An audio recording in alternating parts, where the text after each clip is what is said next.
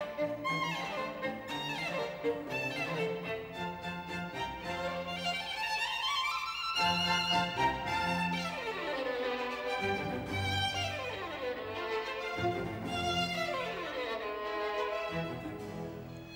êtes sur Radio Ici et Maintenant 95.2 FM et sur internet ici et maintenant.com. À l'instant, c'était les 4 saisons de Vivaldi, le début de l'automne, parce que les saisons changent, mais malheureusement pas pour l'instant les systèmes politiques. Et pour en parler justement, nous accueillons Étienne Chouard. Étienne, bonjour. Bonjour. Bonjour Étienne Chouard. Alors, je vais vous présenter rapidement. Alors, vous êtes un chercheur autonome. J'ai vu récemment une vidéo qui s'appelait Étienne Chouard, chercheur en cause des causes. Est-ce que ça vous va comme Oui, titre? Oui. oui. Voilà, on va dire Étienne Chouard, chercheur en cause des causes.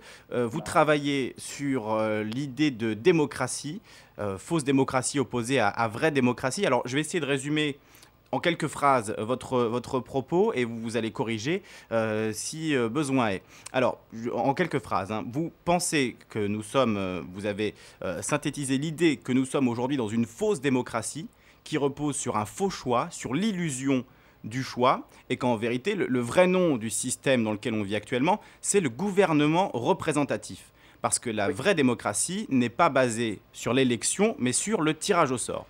Est-ce que ça vous va comme introduction? oui.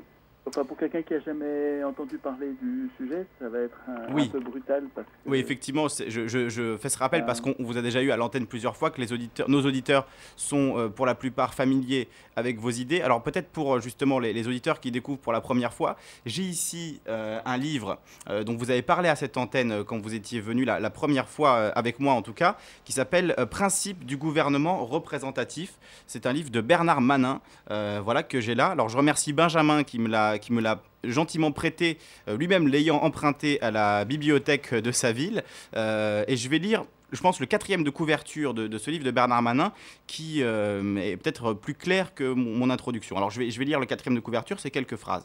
Des démocrates athéniens à Montesquieu, d'Aristote à Rousseau, personne ne songeait à faire de l'élection l'instrument démocratique par excellence. Démocratie n'équivalait pas à gouvernement représentatif. C'est le tirage au sort qui paraissait le mieux apte à respecter l'égalité stricte des candidats. Que s'est-il passé au tournant du XVIIIe siècle, en Europe et aux États-Unis, pour que se renverse cette conception multiséculaire et pour qu'advienne l'idée qu'une démocratie est, par essence, un gouvernement représentatif? Le changement tient-il à la réalité des choses ou au regard que nous portons sur elles? Ce livre présente une théorie du gouvernement représentatif en s'attachant aussi bien à la tradition européenne qu'au débat américain. Bernard Manin montre que le système représentatif n'a pas pour seule fonction de permettre au peuple de se gouverner lui-même. L'élu n'est jamais le double ni le porte-parole de l'électeur, mais il gouverne en anticipant le jour où le public rendra son jugement. Est-ce que cette introduction vous convient mieux? oui, elle est parfaite. Enfin, ça fait des années que je travaille sur ce bouquin et je regardais plus la quatrième, hein, puisque je suis dans le cœur du bouquin, page après page, et c'est vrai elle est bonne cette synthèse. Oui, oui, elle a publié. Le problème, c'est que le bouquin est devenu introuvable depuis qu'on en parle. Là. Exactement. Et bon, faut attendre. Il paraît il va ressortir en octobre. Euh, il faudrait en scanner les meilleurs passages et les faire circuler, quoi. Effectivement, c'est Ouais. une bonne nouvelle qu'il soit réédité en octobre parce que c'est un livre véritablement excellent. En plus, son auteur est toujours vivant, hein, Bernard Manin. Il est né en 58. À ma connaissance, il est toujours vivant. Ah Et bah oui, oui. voilà, c'est un livre vraiment excellent. Et c'est vrai qu'on ne le trouve plus. On ne peut que l'acquérir pour des sommes extravagantes. Donc, c'est effectivement compliqué pour l'obtenir, oui.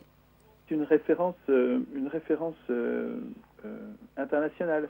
La, la plupart des bouquins, la plupart des bouquins, presque tous, qui parlent de la démocratie, enfin moi j'en ai quelques centaines, je ne les ai pas tous évidemment, parce il y en a des milliers et des milliers, des bouquins sur la démocratie, mais dont aucun ne parle de la démocratie, en fait ils parlent tous du gouvernement représentatif. Euh, presque tous ceux que j'ai en tout cas, font référence à Manin à un moment ou à un autre.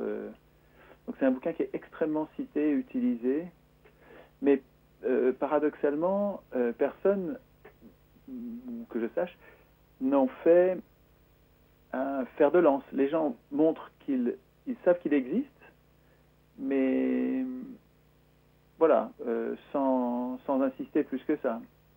alors que ça mérite d'être une réflexion centrale. Je pense qu'on a là, avec ce travail, le travail de Bernard, on a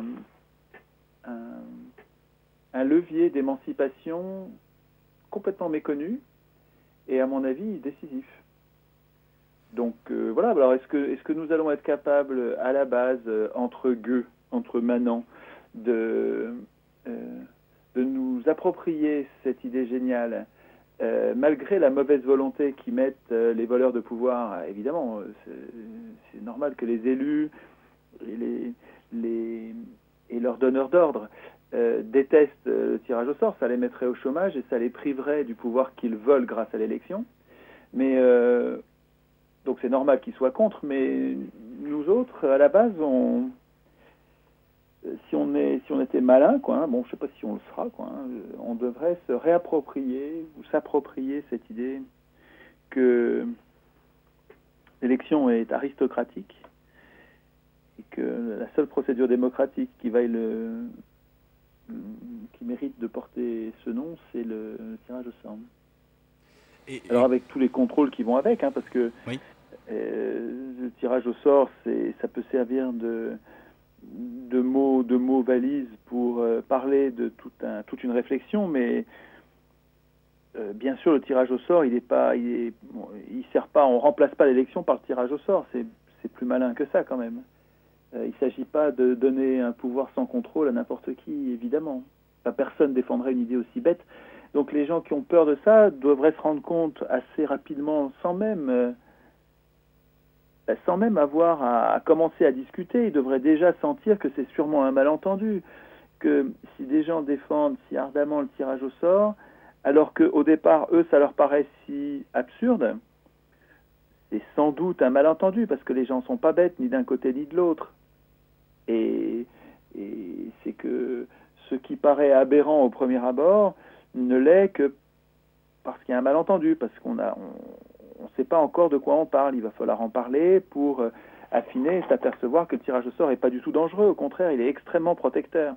Il est beaucoup plus protecteur que l'élection.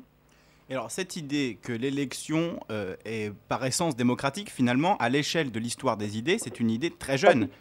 C'est depuis 200 ans à peu près qu'on nous rabâche ça, élection égale démocratie, démocratie égale élection. Mais tu veux dire, tu disais qu'est-ce qui fait que l'élection est par essence démocratique? Tu voulais dire qu'elle est par essence aristocratique? Oui, voilà, exactement. Non, je voulais dire l'idée que démocratie égale élection, à l'échelle de l'histoire de la philosophie et de la pensée humaine, c'est une idée très jeune. Et si vous demandiez, enfin c'est ce que vous rappelez souvent dans vos conférences, si on demande à un Rousseau, à un Aristote, est-ce que l'élection c'est la démocratie, il vous rit au nez.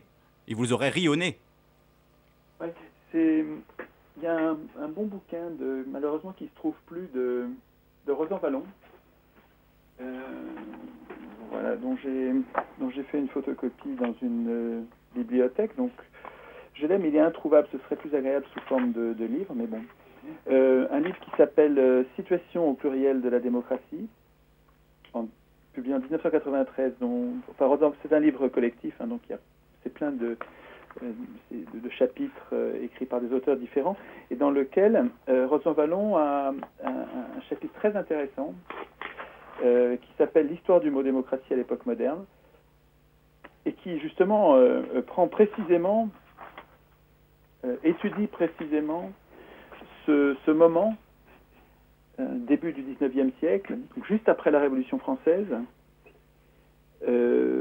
où avant ce moment, personne n'appelait le gouvernement représentatif démocratie. Les gens qui avaient institué le gouvernement représentatif, qui avaient institué la République française, entre guillemets, savaient très bien que ce n'était pas une démocratie, savaient très bien que c'était une république pour rire, un gouvernement de notables, pour les notables, par les notables, tenant la canaille et le peuple à l'écart, très soigneusement, en l'ayant déjà copieusement massacré quand il se mettait en tête d'exercer un tout petit peu de pouvoir.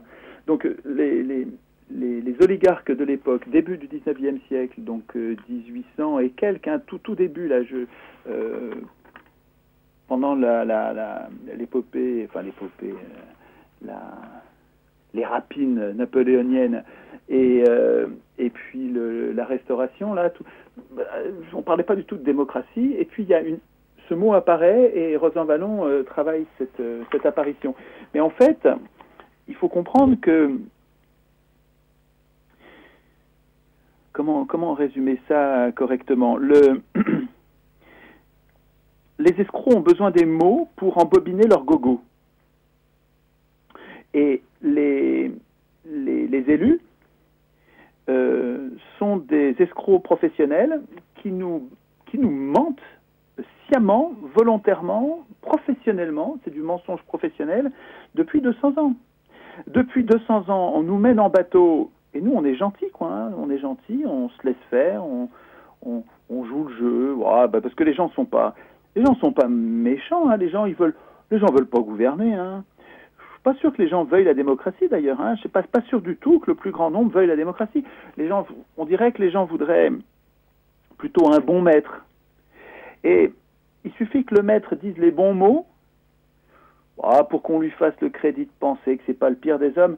Et finalement, les voleurs de pouvoir se sont très vite aperçus qu'il suffisait de s'auto-proclamer républicain, démocrate, progressiste, de gauche, pour être élu. Et alors c'est formidable quand on voit comment les affairistes et les banquiers, donc des crapules, d'authentiques crapules, des mafieux, des voleurs, des voleurs, ni plus ni moins, il faut appeler un chat un chat. Les affairistes et les banquiers, pendant tout le long du 19e siècle, ont eu un parti qui s'appelait le centre-gauche. C'est génial que ça marche. Enfin, et ils ont toujours été élus, mais alors élus dans des proportions spectaculaires, quoi. C'est des chambres introuvables, des chambres de royalistes, élus au nom de la République. Et c'est d'ailleurs des royalistes qui ont institué la Troisième République. Une armée de royalistes convaincus par cette crapule de Thiers, qui avait bien compris qu'il n'y avait rien à craindre de l'élection, qui leur a dit, mais attends, c'est beaucoup plus malin que la monarchie. Vous allez avoir plus de pouvoir et ce sera beaucoup plus dur de résister, leur expliquait Thiers. Ça va être beaucoup plus dur de résister à un gouvernement élu, même s'il sert les possédants le plus caricaturalement qui soit. Ça va être beaucoup plus dur pour le peuple de résister à un gouvernement comme celui-là que de résister à un roi. Un roi fixe l'attention, un roi c'est l'intérêt d'un seul contre l'intérêt de tous. C'est facile de mener une révolution contre un roi. À mener une révolution contre une république, c'est beaucoup plus compliqué. Et Thiers, c'est affreux bonhomme. Il faut lire Guillemin, quoi. Je parle que de lui en ce moment parce que je me régale, quoi, avec c'est un historien comme on en fait peu, quoi, hein, qui est il y en a quelques-uns, des gens comme Annie Lacroix-Riche, il y a des historiens formidables, hein, mais quand même beaucoup d'historiens sont prostitués aux riches, et comme Michelet, enfin, et leur servent de caution intellectuelle pour justifier la domination, pour justifier l'oppression, pour convaincre les citoyens de rester bien résignés, bien dociles. Les historiens, comme les économistes, servent à ça et sont d'ailleurs grassement payés pour ça. François Furet, payé par la CIA pour écrire une espèce d'histoire mensongère de la Révolution française pour nous faire croire que c'était une aventure sanglante qui préfigurait le goulag et qui finalement ferait bien de nous passer... finalement, François Furet, qui était communiste, si je ne m'abuse, est devenu un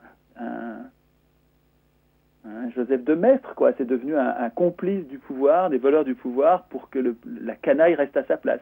Mais alors, à la place de ces histoires, de ces faux historiens, parce que ces gens-là mentent, un historien comme Guillemin, Henri Guillemin, ça donne du courage, ça donne de la joie, ça donne du plaisir de comprendre et de la force pour résister.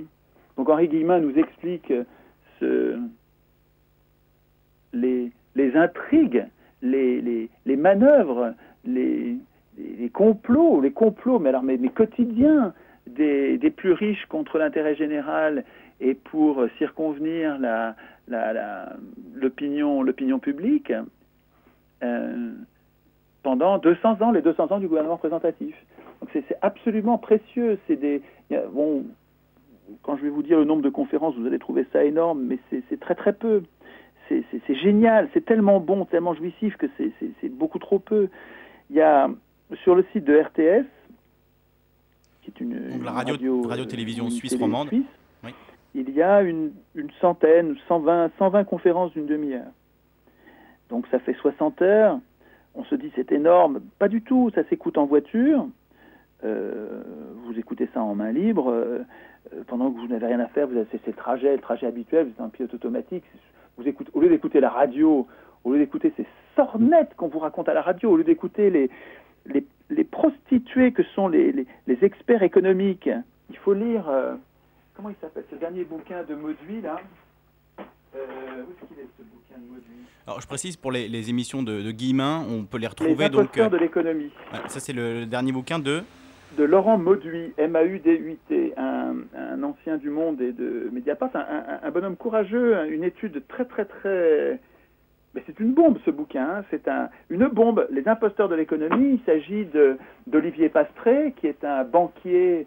Est-ce qu'on vous le dit que c'est un banquier? Tous les jours on l'entend à France Culture, en le présentant comme professeur et membre du cercle des économistes, donc un expert, quoi, indépendant. C'est une blague, c'est un banquier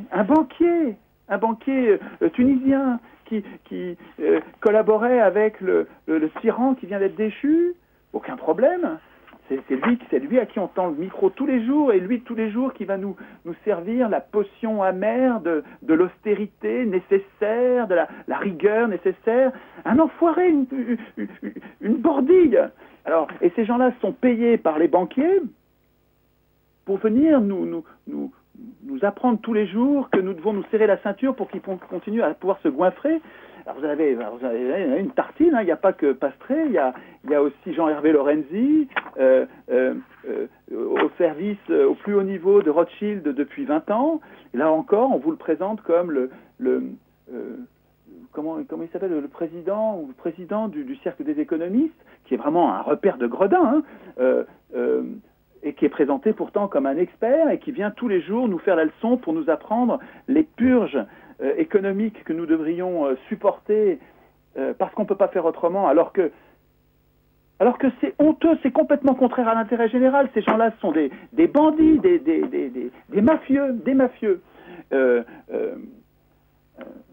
Donc, alors, quand on écoute Guillemin, on s'aperçoit que les historiens et les économistes sont depuis longtemps achetés comme on achète un mercenaire par les plus riches pour fabriquer le corpus idéologique dont ils ont besoin, pour fabriquer la doctrine économique et la doxa historique dont ils ont besoin pour justifier leur raquette au pluriel. Mais bon, alors ce qui est génial avec Internet, c'est vrai que c'est très nouveau, je ne sais pas combien de temps on en disposera, mais ce qui est génial, ce qui est bien, c'est que les humains normaux, les simples, quoi, hein, qui gagnent pas des fortunes, qui ne courent pas après le pouvoir, qui sont juste soucieux de l'intérêt général et qui veulent pas des abus de pouvoir, qui veulent pas d'abus de pouvoir d'une façon générale, ces gens-là ont un moyen enfin de se parler entre eux, donc via Internet et puis ensuite via les réseaux sociaux, pour se faire connaître, pour se passer le mot. Il existe des historiens formidables qui ne nous trompent pas. Et donc Guillemin fait partie de cela. Je vous recommande d'éteindre votre radio et d'écouter plutôt Guillemin. Vous allez voir, c'est un régal, un véritable régal. C'est savoureux, c'est un gars qui est gentil, extraordinairement travailleur, incroyablement savant, et d'une honnêteté parfaite, d'une loyauté. C'est incroyable comme il est affectueux et comme il suscite l'affection.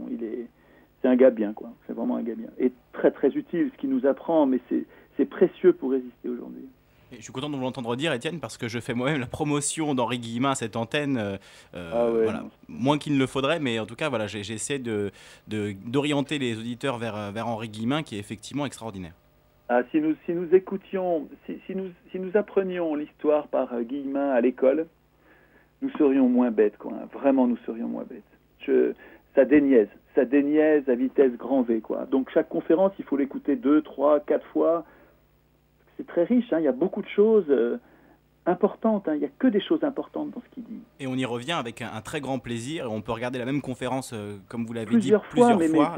le plaisir redouble. Tout à fait. Le plaisir grandit, en fait. En fait, moi, je deviens complètement amoureux de ce gars-là.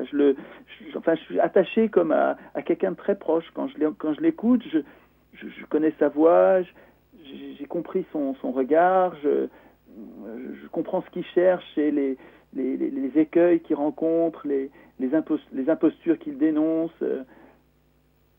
Je trouve ça extrêmement fiable. Voilà, je trouve ça extrêmement fiable. Je passe mon temps à recouper ce que je dis. Quand je me trompe, c'est ce qui arrive évidemment, je corrige et je fais attention. Mais avec Guillemin, c'est formidable. Il fait le boulot lui-même de recoupement. Il explique ses méthodes, ses documents, ses doutes, ses difficultés. C'est tout à fait remarquable. C'est un travail. Et qu'en est-il de ces livres? Alors, les livres sont réédités là chez un petit éditeur qui s'appelle Utovie. Il faudrait qu'on lui écrive à cet éditeur pour qu'il change de reliure, parce que la reliure est pas très bonne, quoi. La reliure est pas très solide, je trouve. Mais c'est formidable. Ce qui est génial, c'est le contenu. Ce qui est absolument génial, c'est le contenu, quoi. C'est meilleur encore que les vidéos, parce qu'il y a plus de détails, et puis on peut griffonner, gribouiller. Moi, j'aime beaucoup écrire dans mes livres, et donc non, je suis très content, j'en ai déjà trouvé une bonne dizaine, il y en a encore deux fois ça. Alors, pour rentrer dans le vif du sujet et parler de vraiment ce que raconte Guillemin et ce qui nous amène ici aujourd'hui, nous amène à discuter aujourd'hui, en fait, on se rend compte que la démocratie, telle qu'elle existe actuellement, cette fausse démocratie qui existe Il ne faut pas appeler aujourd'hui, ça démocratie. le gouvernement représentatif, voilà, le gouvernement représentatif. Il ne faut pas dire démocratie, il faut vraiment qu'on arrête. Nous participons nous-mêmes à notre servitude, à notre impuissance politique. Vraiment, c'est important ce que je dis. C'est pas un détail, c'est très important. Par le mésusage des mots, oui. Il faut refuser. Voilà. Je veux dire, Big Brother a besoin. Pour relire 1984, c'est passionnant. Hein. Big Brother, celui qui veut tout dominer, a absolument besoin que ses proies, ceux qu'il veut dominer, il a absolument besoin qu'il n'ait plus les mots pour résister. Donc Big Brother fait tout pour, mais on n'est pas obligé de se laisser faire, il fait tout pour inverser le sens des mots, voire faire disparaître carrément les mots en les rendant ridicules, risibles, en les démonétisant, en détruisant ou en déformant ou en discréditant les mots dont nous avons besoin pour désigner l'ennemi et formuler la solution. Désigner l'ennemi ou le danger. Et appeler démocratie son strict contraire, c'est vraiment une idée géniale. Géniale. C'est-à-dire, rendez-vous compte, quand vous vous dites, mais voyons, dans une démocratie, nous pourrions voter nous-mêmes nos lois, nous pourrions révoquer nos représentants, nous pourrions exercer nous-mêmes le pouvoir politique directement. Et au lieu de ça, donc c'est ça qui nous permettrait de résister aux abus de pouvoir au fur et à mesure où ils surviennent, et sans même qu'on les connaisse à l'avance, par le simple fait que nous sommes puissants, parce que la démocratie institue notre puissance, nous pourrions résister aux différentes dérives sans même avoir besoin de les décrire et de les connaître à l'avance. Au lieu de ça, nous vivons dans un régime dans lequel nous ne pouvons que désigner des maîtres politiques qui décident tout à notre place, sans pouvoir rien faire si jamais ils servent des intérêts particuliers au lieu de servir l'intérêt général. En plus, on les choisit parmi des gens qu'on n'a même pas choisis, qui sont choisis par les plus riches d'entre nous, c'est-à-dire vraiment des gens dont on ne peut pas confondre l'intérêt avec l'intérêt général sans prendre un risque énorme. Et ce régime qui paraît être l'antithèse absolue de la démocratie, la plan-démocratie. Étienne ? Allô, on a une petite coupure, je remets un peu de musique et on se retrouve dans un instant avec Étienne Chouard.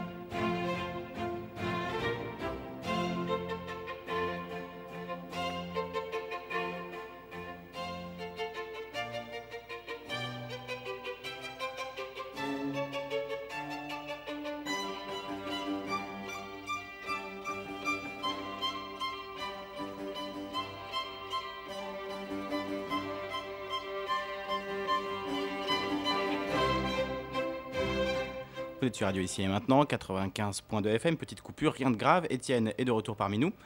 Oui. Étienne, on parlait donc du bon usage des mots et qu'effectivement, il ne faut plus appeler le système dans lequel nous vivons démocratie parce que ce n'est pas une démocratie du tout, c'est même son strict contraire, pourrait-on dire, c'est un gouvernement représentatif. C'est le vrai nom de notre système actuel. Un gouvernement prétendument représentatif, parce que c'est même pas un gouvernement représentatif, puisque il ne nous représente pas du tout, quoi. Il représente les plus riches. Ouais. Donc même le mot gouvernement représentatif, vous revenez dessus aujourd'hui? Ouais, moi je l'appelle gouvernement prétendument représentatif. D'accord. Mais sûrement pas démocratie en tout cas, sûrement pas, puisque c'est ça dont on aurait besoin. Et alors, ce qui est important de comprendre, c'est que ce n'est pas un système qui était bon à la base et qui s'est dégradé à mesure des années. C'était depuis la Révolution française. Je vais citer une phrase de l'abbé Sieyès dans un instant pour que les auditeurs comprennent bien. C'est une phrase que vous citez souvent. Elle est très importante. C'est très important de comprendre ça. Ce n'était pas une démocratie à la base, ça ne l'a jamais été. Et le but n'était pas du tout de créer une démocratie, puisque les concepteurs de ce système savaient très bien qu'ils ne mettaient pas en place une démocratie. Donc je lis la phrase de l'abbé Sieyès. Les citoyens qui nomment des représentants renoncent et doivent renoncer à faire eux-mêmes la loi. Ils n'ont pas de volonté particulière à imposer. Donc le peuple n'a pas de volonté particulière à imposer. Si le peuple dictait des volontés, la France ne serait plus cet État représentatif, ce serait un État démocratique. Le peuple, je le répète, dans un pays qui n'est pas une démocratie, et la France ne saurait l'être, le peuple ne peut parler, ne peut agir que par ses représentants. C'est donc Emmanuel-Joseph Sieyès, l'abbé Sieyès, dans un discours du 7 septembre 1789. Donc là, c'est dit extrêmement clairement. Voilà, donc puis ces gens-là savaient très bien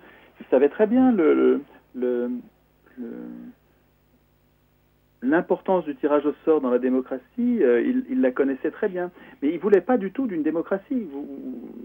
La phrase de Sieyès le dit bien, mais tous les discours de 1789 le montrent bien.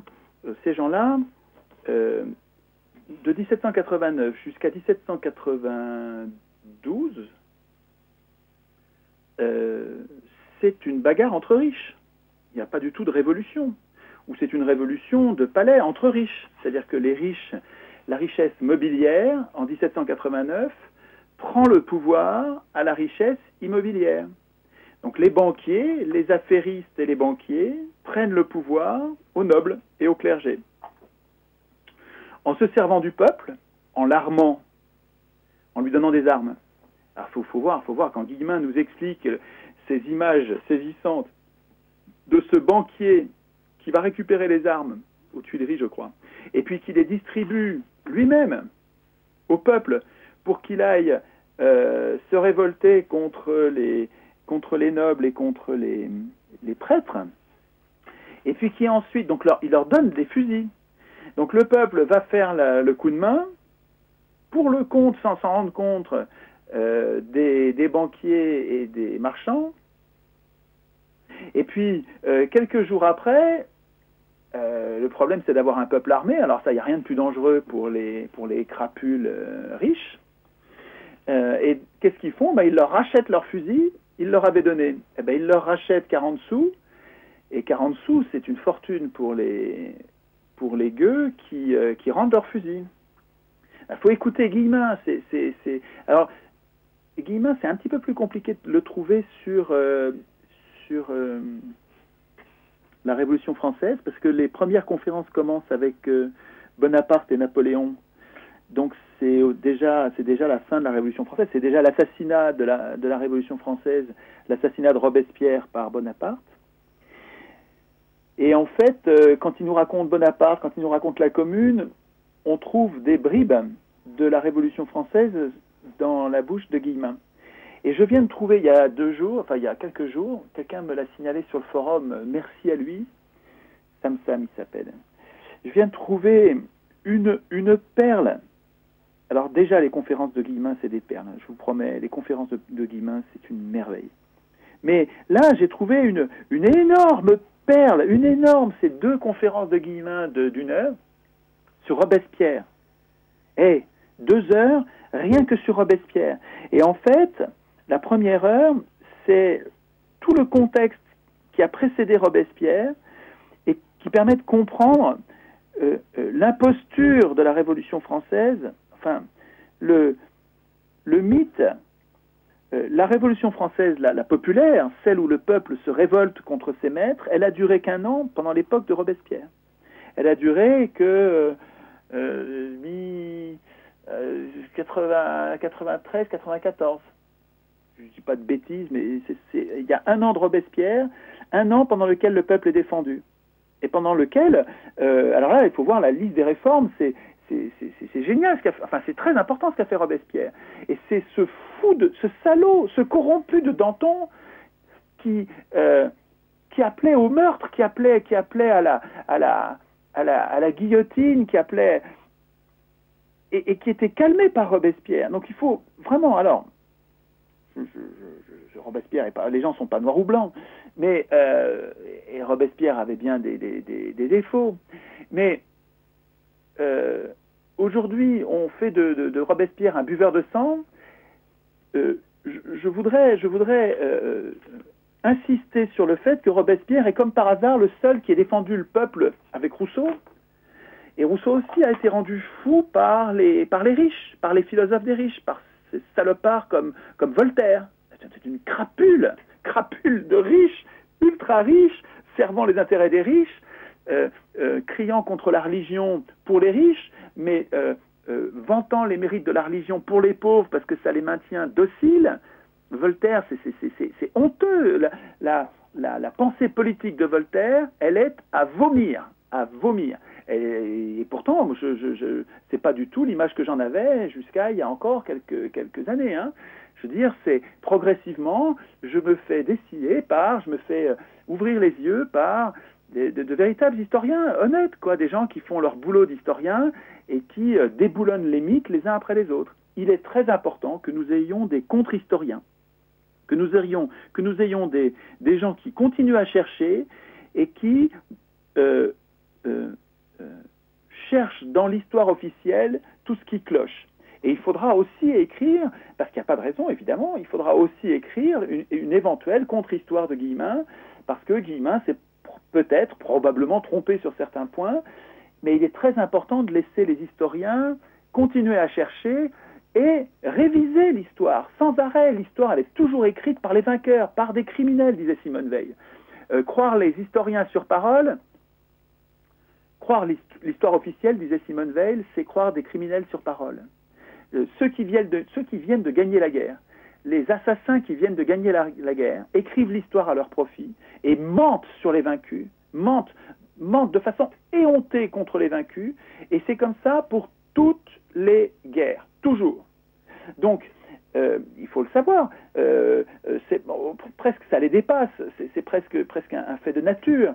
Et donc il est important de le savoir et de protéger nos historiens, y compris ceux qui nous semblent répugnants parce qu'ils contredisent des idées qui nous semblaient intangibles, indiscutables. Taratata. En histoire, il me semble qu'il n'y a pas d'indiscutable. C'est très compliqué d'arriver à savoir le fin du fin et de savoir le vrai ou pas trop loin du vrai sur les périodes passées. C'est très compliqué parce qu'il y a beaucoup de mensonges qui s'accumulent, beaucoup d'erreurs, beaucoup de croyances. Et donc, il faut laisser les gens chercher librement parce qu'on ne sait pas à l'avance qu'est-ce qui va dire une bêtise et qu'est-ce qui va dire quelque chose d'essentiel. Et le mot négationnisme, le mot révisionnisme sont des insultes à l'intelligence, sont des mots que je déteste ces mots-là, je trouve qu'ils sont une police de la pensée, c'est Big Brother qui interdit les historiens parce que Big Brother va imposer son histoire. C'est comme ça dans 1984. Hein. Comment il s'appelait Winston ou Watson Winston, il s'appelait, je crois, le héros de 1984, et qui était employé aux archives, et qui précisément avait comme boulot de réécrire l'histoire pour le compte de Big Brother. À chaque fois que Big Brother en avait besoin, il fallait réécrire les articles du Times, réécrire les articles passés pour que Big Brother ait raison. Et les historiens étaient tous aux ordres de Big Brother. Dans 1984, ça fait partie du système totalitaire. Le concept de révisionnisme, celui qui criminalise les chercheurs et interdit la révision historique, le concept de révisionnisme, le concept de négationnisme est un crime contre la pensée. Précisément comme... D'ailleurs, le mot crime contre la pensée a lui-même été pris par Big Brother, qui criminalise certaines pensées. Alors, il ne faudrait pas que je dise crime contre la pensée pour parler de révisionnisme, mais c'est une insulte à l'intelligence, c'est-à-dire que ça nous interdit, c'est une police de la pensée qui voudrait nous interdire de chercher le vrai. Je résiste à ça. Vraiment, le révisionnisme, c'est Chomsky, hein, moi je suis sur la ligne de Chomsky, quoi. Ouais. Le révisionnisme, c'est finalement le travail de l'historien. Ben oui, voilà, on ne peut pas savoir à l'avance. Il y a des révisions absolument précieuses, indispensables, sinon on se trompe complètement. Et puis d'autres, il y a des révisionnistes qui disent des conneries, qui disent même des saloperies. Ben voilà, il faudra le démontrer, qu'ils disent des bêtises ou des horreurs. Mais on ne peut pas interdire le travail de révision historique. Mais d'ailleurs, il y a plein d'historiens en France, des historiens remarquables, qui protestent contre il y a une loi en France qui interdit de contester ce qu'on appelle les lois mémorielles.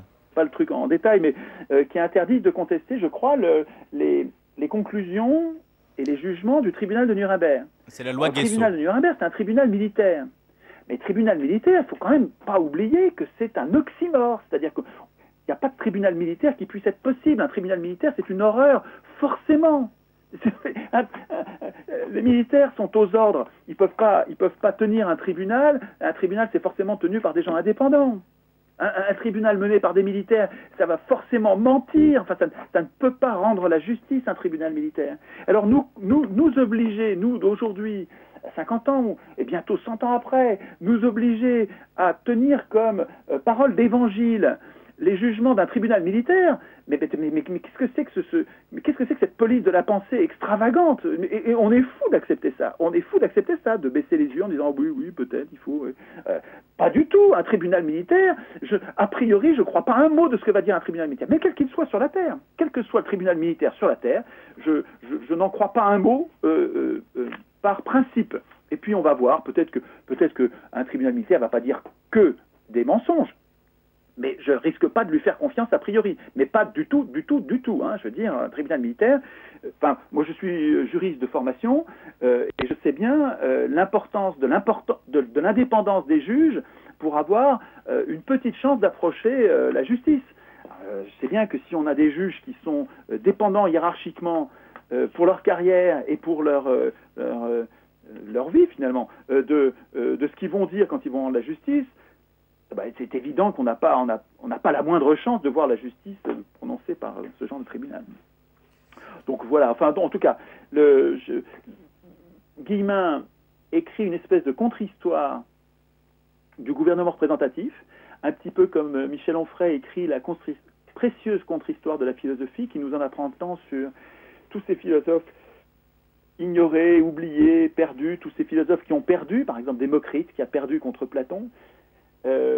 Très important d'avoir des historiens comme ça, comme Michel Onfray, comme Annie Lacroix-Riz, comme qui écrit finalement Guillemin. C'est vraiment c'est un bonheur à lire, quoi. C'est bien plus malin, stimulant, pétillant, bien plus intelligent, bien plus important pour savoir le vrai, quoi. Hein, on pourrait dire c'est des gens qui écrivent l'histoire des vaincus, qui n'est jamais écrit par personne. Voilà. Il est important qu'il y ait des historiens comme Howard Zinn pour écrire l'histoire des vaincus. Howard Zinn, c'est formidable, quoi. Je veux dire, c'est les contre-historiens sont des gens qui, a priori, j'aime bien, quoi. Enfin, alors, on va pas tarder à ouvrir le standard parce que je sais que les auditeurs sont avides de pouvoir poser leurs questions, notamment sur les questions de tirage au sort, et que c'est vraiment quelque chose, on en a beaucoup parlé sans vous à cette antenne, et je sais que c'est des questions qui les intéressent énormément. Donc, on va ouvrir le standard dans un instant. Je voulais juste, avant qu'on fasse un petit point sur le référendum d'initiative populaire, qu'en pensez-vous, Étienne Chouard? Est-ce que c'est un outil qui pourrait nous servir à progressivement mettre en place la démocratie en France? Le référendum d'initiative populaire, qu'est-ce que vous en pensez? Alors, dans un gouvernement représentatif qui serait honnête, qui serait sous contrôle du peuple, et j'imagine tout à fait ça possible, hein.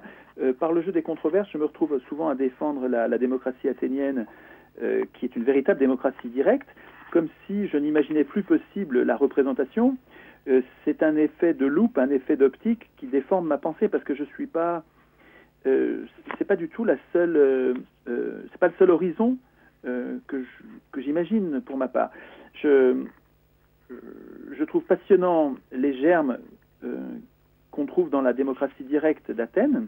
Je le trouve passionnant parce que je trouve qu'il y a des tas de choses qui pourraient nous servir aujourd'hui de façon centrale pour nous débarrasser du pouvoir des riches, mais je suis tout à fait capable, bien sûr, d'imaginer un gouvernement représentatif, mais qui, au lieu d'être au service des riches pour les riches et aux dépens des pauvres contre les pauvres, servirait l'intérêt général sous contrôle des citoyens. Et c'est probablement des chambres tirées au sort qui permettraient de contrôler les organes représentatifs comme il faudrait. Et donc, dans le cadre d'un tel gouvernement représentatif, c'est-à-dire que les citoyens abandonneraient le pouvoir de légiférer à des représentants, élus peut-être, bien sûr, on peut imaginer ça, moi je suis tout à fait capable d'imaginer ça, avec toutes sortes de modalités qu'il faudrait approfondir pour voir comment on pourrait élire de façon moins scandaleusement biaisée de véritables représentants. Il faudrait par exemple que nous puissions choisir nous-mêmes nos candidats et ne pas nous les faire imposer par les partis financés par les plus riches. Il faudrait que nous puissions... Il me semble qu'à Cuba, alors ça va faire bondir les voleurs de pouvoir qui se servent de Cuba comme d'un chiffon rouge, où Cuba devient quasiment le diable, il suffit de dire Cuba pour qu'on soit assimilé au diable, mais je vous fais remarquer que, je l'ai appris récemment, et je trouve ça très intéressant, qu'à Cuba, le parti, il faut qu'il y ait un seul parti, mais le parti ne désigne pas les candidats aux élections. Je répète, à Cuba, c'est pas le parti, vous savez, le tyran décrit dans les journaux du soir et du matin, là, décrit chez nous comme un truc absolument tyrannique. Le parti ne désigne pas les candidats aux élections à Cuba. Alors, me direz-vous, mais comment est-ce qu'ils sont désignés les candidats à Cuba? Eh bien, ce sont les citoyens eux-mêmes qui, de proche en proche,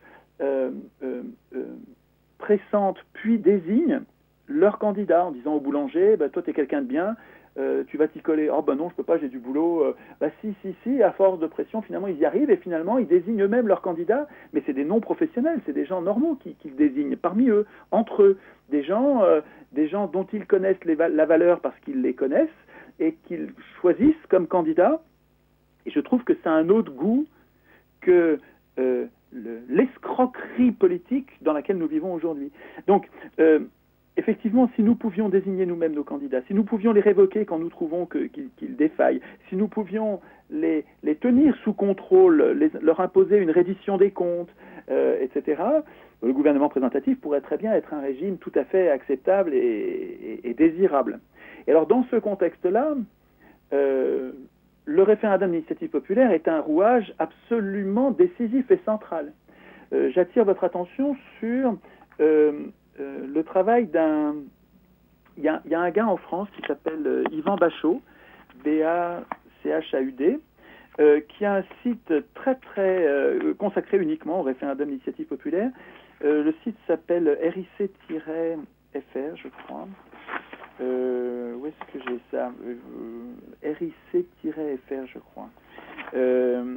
RIC-France.fr, voilà. RIC-France.fr, sur lequel, c'est un site sur lequel il y a énormément de ressources, vidéos, textes, de toutes sortes, où Yvan Bachot, donc, approfondit dans le plus fin détail les modalités de fonctionnement idéales pour l'intérêt général du référendum d'initiative populaire. Lui, il en fait absolument le centre de ce pourquoi nous devrions lutter, parce qu'il dit, et ça se comprend, il dit, si nous avions le référendum d'initiative populaire, un vrai, comme en Suisse ou en Italie, nous aurions le moyen de nous défendre, nous aurions le moyen d'imposer nous-mêmes à nos représentants l'agenda dont ils ne veulent pas, la liste des questions qui les gênent mais que nous souhaitons voir traitées. Nous pourrions leur imposer en court-circuitant nos représentants quand cela nous semble important.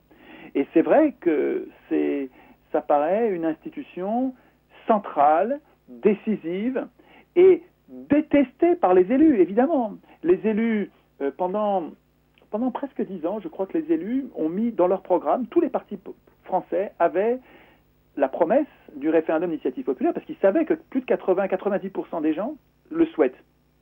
90% des gens, à chaque fois qu'on leur demande, et on ne leur demande pas si souvent que ça, hein, comme par hasard, mais à chaque fois qu'on leur demande, et c'est comme ça dans tous les pays du monde, les gens normaux réclament, aimeraient, souhaiteraient pouvoir, de leur propre initiative, décider sur tel et tel sujet, des sujets dont ils choisissent le libellé, la question. Et donc, c'est à la fois désirable, c'est à la fois indispensable pour contrôler les pouvoirs, et en même temps, c'est, du point de vue des élus, détestable et à éviter à tout prix. C'est-à-dire que les élus ne nous le donneront, je pense, jamais. Et c'est donc, ça c'est un point de désaccord entre Yvan et moi, désaccord amical, puisqu'on s'entend très bien. Je dis à Yvan, oui, effectivement, si nous avions le référendum d'initiative populaire, nous aurions enfin le moyen de lutter. Le problème, c'est qu'ils ne nous le donneront jamais. Ils, les voleurs de pouvoir, les élus et leurs donneurs d'or, les riches qui les font élire, ils ne nous donneront jamais le référendum d'initiative populaire. Parce qu'ils savent très bien ce qu'ils ont à perdre. Ça nous permettrait de les court-circuiter et de décider contre leur volonté. Donc, qu'est-ce qu'ils font ? Pendant 10 ans, ils nous ont promis qu'ils nous le donneraient, ils ne nous l'ont jamais donné, évidemment. Et puis maintenant, ils ne le promettent même plus. Et ce qu'a fait Sarkozy, mais c'est vraiment du Big Brother, il faut lire 1984, on a leur mode opératoire. La première partie de 1984, la deuxième partie, c'est moins utile. La fin de 1984, c'est le passage dans les caves du ministère de l'Amour où le héros se fait torturer par... Tout est à l'envers dans le monde de Big Brother, mais c'est moins intéressant, c'est même terrifiant. Mais la première partie de 1984 qui explique comment Big Brother met les mots à l'envers, c'est très très très important. Et alors, Sarkozy, mais je trouve que c'est Sarkozy, mais ça pourrait être n'importe lequel des élus, ils font tous comme ça, hein, mais bon, lui, il est particulièrement gratiné. Ils nous ont transformé la Constitution actuelle, vous êtes au courant, hein, ils ont changé l'article 11. L'article 11 qui ne contenait qu'un référendum césariste, c'est-à-dire à l'initiative du prince, à l'initiative de César.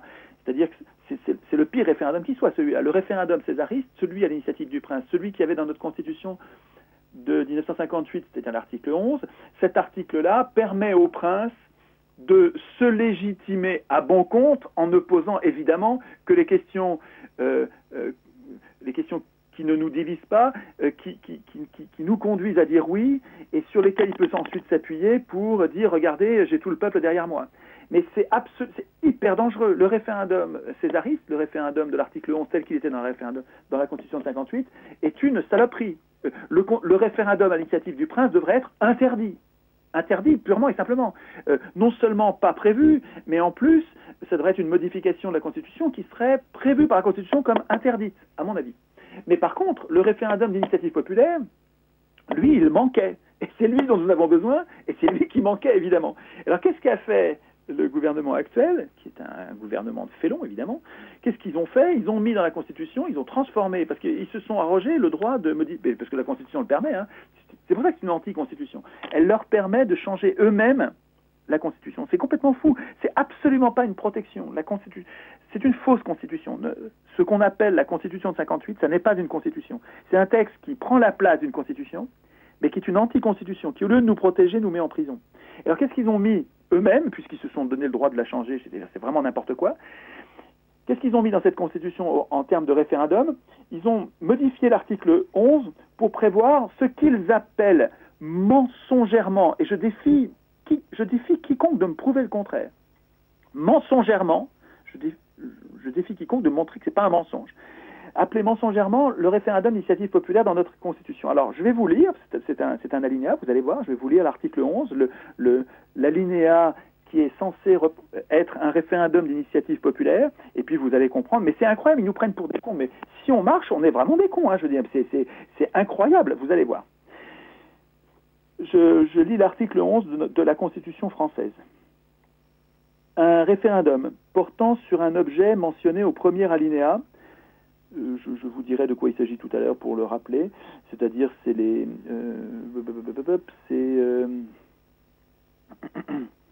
sur des réformes relatives à soumettre au référendum tout projet de loi portant sur l'organisation des pouvoirs publics, sur des réformes relatives à la politique économique, sociale ou environnementale de la nation, aux services publics qui ont concours. Donc, ce sont des questions importantes, quoi. Tout référendum sur des questions importantes. Donc, alors, je reprends mon alinéa.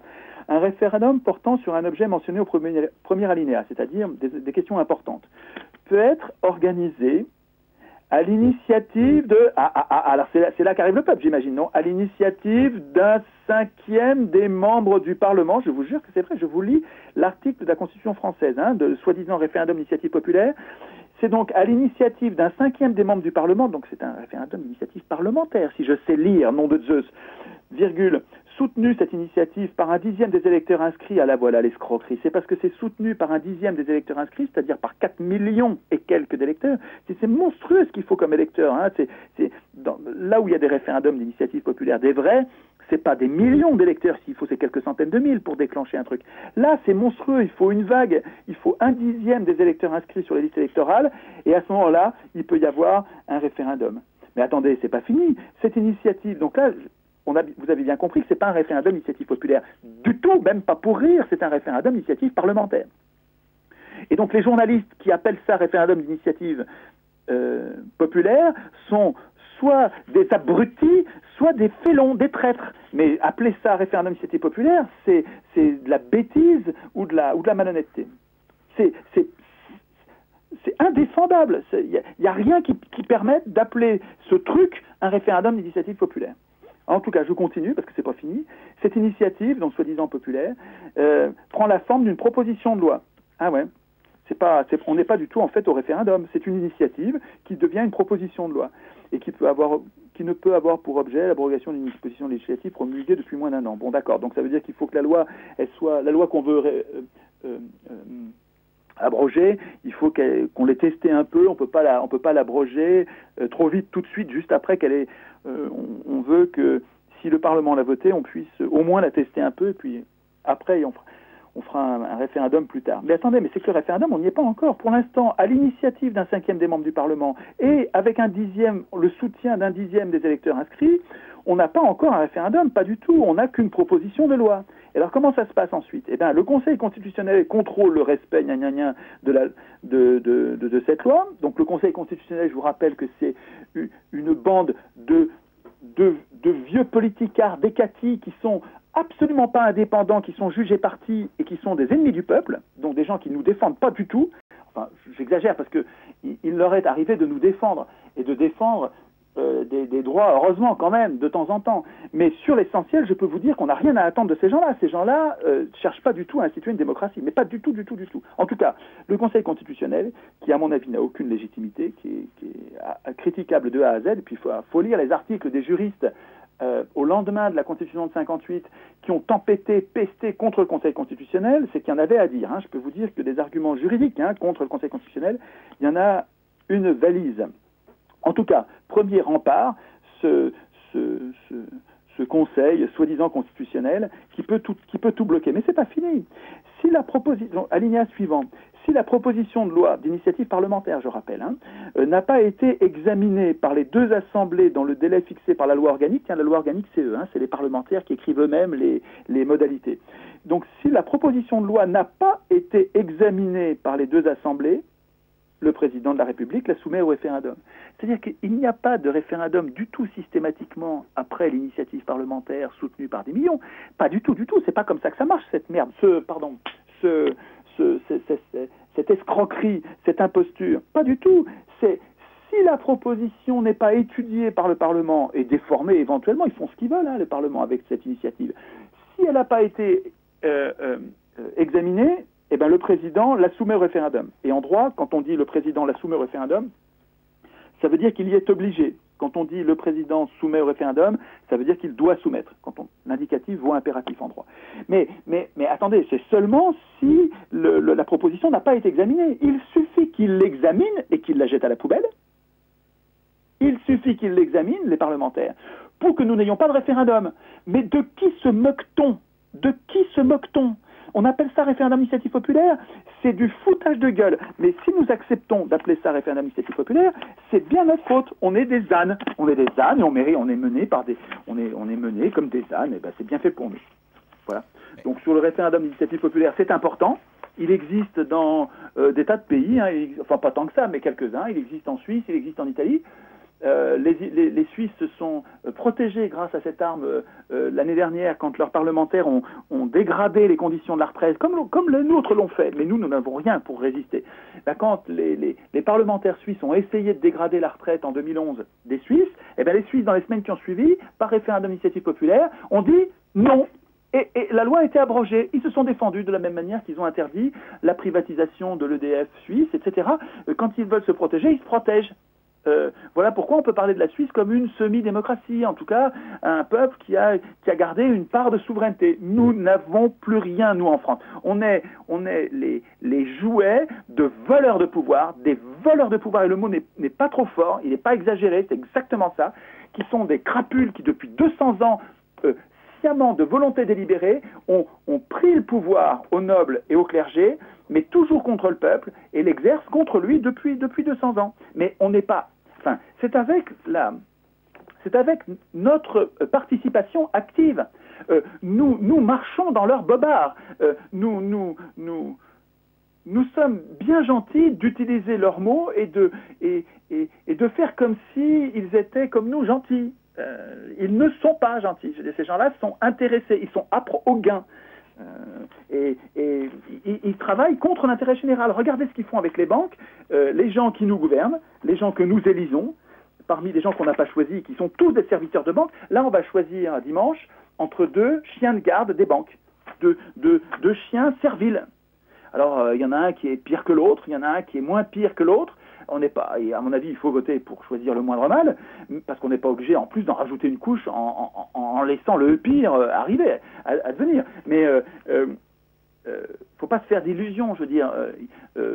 Il faudra bien arriver à, si on veut que le droit des peuples à disposer d'eux-mêmes advienne un jour, il faudra qu'on sorte de la mystification du gouvernement prétendument représentatif et de l'élection comme moyen de désigner nos représentants. Donc le référendum d'initiative populaire, le vrai, évidemment, mais on ne nous le donnera jamais, c'est à nous de le prendre, donc c'est à nous d'écrire la Constitution, si on veut la voir. Et le faux, qu'ils aillent se faire voir. C'est une plaisanterie, une mauvaise plaisanterie. Bien, merci Étienne, c'est très clair. Alors il nous reste un peu moins d'une heure de temps d'antenne à passer ensemble et je vais en profiter pour ouvrir le standard 08 92 23 95 20 pour vos questions à Étienne Chouard. Et je précise que Étienne n'esquive aucune question, il répondra de manière complète à vos objections, soyez-en sûrs. Donc je répète le numéro du standard 08 92 23 95 20 et on a déjà un auditeur en attente, c'est Vincent qui nous rejoint. Bonjour Vincent. Allô ? Bonjour Vincent, on écoute ta question. Oui, bonjour, bonjour Étienne Chouard, bonjour à la radio. Je suis un fan d'Étienne Chouard et je suis aussi un fan de Henri Guillemin, donc j'écoute régulièrement les émissions, sur les vidéos formidables. Et vous avez parlé tout à l'heure de Monsieur Chouard d'une vidéo sur Robespierre. Alors là, je suis très intéressé. Vous n'avez pas, je ne crois pas, vous donner les références. Parce qu'elles ne sont pas dans la liste des vidéos qui sont dans le Guillemin, le RTF, là. Non, c'est une trouvaille. Je publierai ça tout à l'heure, je vous promets. Il faut que je fasse ça depuis hier ou avant-hier, mais je suis débordé, mais il faut que je fasse ça. Bon, je veux le faire bien, je voudrais mettre des commentaires, D'accord. Je pensais aussi, je pense beaucoup au traité politique. Je pense que c'est aussi le seul moyen de pouvoir contrer tous ces réseaux plus ou moins occultes qui nous dirigent dans l'ombre derrière les rideaux, quoi. La Trilatérale, le CFR, le Siècle et tous ces clubs et même les francs-maçons, on peut dire dans une certaine mesure, qui quand même dirigent dans l'ombre beaucoup de choses et arrangent leurs petites affaires dans notre dos, quoi. Donc je crois que le seul moyen d'éradiquer ces puissances cachées, c'est vraiment le tirage au sort, quoi. D'ailleurs, ce matin, à l'émission sur votre radio, il y a une émission sur les EGM où la personne parlait aussi d'un comité de citoyens qui avait des informations contradictoires sur le sujet des EGM et qui devait délibérer en conscience et sans pression, quoi. Donc déjà, cette idée, forcément, elle doit s'imposer face au pouvoir politique qui nous gouverne depuis 200 ans, quoi. Donc voilà. Donc j'attends comment je fais pour vous les citerez à l'antenne ou les références? Allô? Bah non, je vais les mettre sur mon blog. D'accord, vous les mettrez sur votre blog. Très bien. D'accord, merci beaucoup. Je vais faire ça sur le blog. Dans l'heure qui suit l'émission, il faut que je fasse ça vite. D'accord, merci beaucoup. Et je mettrai toutes les références sur le forum de la radio, leforum.fm. Merci Vincent. Vous avez tout à fait raison de souligner, parce que je suis vraiment tout à fait d'accord avec ça, sur l'idée que puisque l'élection permet aux riches de prendre le contrôle du pouvoir politique, de façon visible ou invisible, c'est vrai que très certainement l'élection est un moyen central pour les sociétés secrètes, quelles qu'elles soient, que celles que nous connaissons ou celles dont nous ignorons l'existence. Les élections, avec la faille qu'elles offrent par le financement des campagnes électorales, la faille de corruption, c'est plus qu'une faille, c'est plus qu'une tentation, c'est une quasi-certitude qu'elles vont être que la corruption va entrer en œuvre. On voit pas comment ça pourrait être autrement, d'ailleurs. Le seul moyen où ça pourrait être autrement, c'est d'avoir des gens qui tirent au sort, qui sont... Absolument. Et donc, très certainement, le tirage au sort privera mécaniquement, non seulement privera d'un outil central de contrôle du pouvoir politique, les sociétés secrètes, absolument, et celles auxquelles vous pensez, et ce qui est formidable, c'est que également celles auxquelles on ne pense pas encore, ou qu'on ne connaît pas. Construction, donc c'est ça qui est malin. Le tirage au sort nous protège contre les manœuvres. Voilà, absolument. Contre les intrigues. Oui, contre les complots. Les puissances d'influence, d'argent, de toutes sortes. Oui. Tout à fait remarquable comme idée. J'avais eu un petit débat avec quelqu'un qui était chez M. Asselineau, là, à l'époque où il était encore, il cherchait encore ses signatures. Et je lui disais, mais vous rendez, même si M. Asselineau était élu, vous ne vous rendez pas compte que ses ministres, tous ses collaborateurs risquent d'avoir des pressions énormes sur eux de la part de réseaux d'influence dont on ne peut, si on veut exercer le pouvoir, on ne peut pas faire abstraction. Je veux dire, ils sont là, ils s'appuient les uns les autres, etc. Donc, il faut protéger les hommes politiques, en fait, aussi de cette puissance. Parce qu'on peut pas y résister. Je veux dire, si on n'est pas protégé soi-même par un collège de gens tirés au sort, je vois pas très bien comment on peut résister à l'influence de personnes comme ça qui connaissent monsieur un tel et monsieur un tel. Voilà, ça se passe comme ça et je vois pas comment ça pourrait se passer autrement à partir du moment dans le système actuel, quoi. Voilà, quoi. Bon, je vais souligner aussi le fait que la dernière fois qu'on a eu quand même la parole politique sur le référendum du traité qui s'est appelé ensuite le traité de Lisbonne, on a carrément, voilà, quoi, on a déchiré le verdict populaire, le verdict du peuple pour faire exactement le contraire de ce qu'il avait dit, quoi. Donc le très peu de souveraineté qui nous restait nous a été retiré, quoi. Donc, voilà. Non, mais il faut quand même reconnaître qu'on est quand même une armée de bœufs. Ah oui, oui.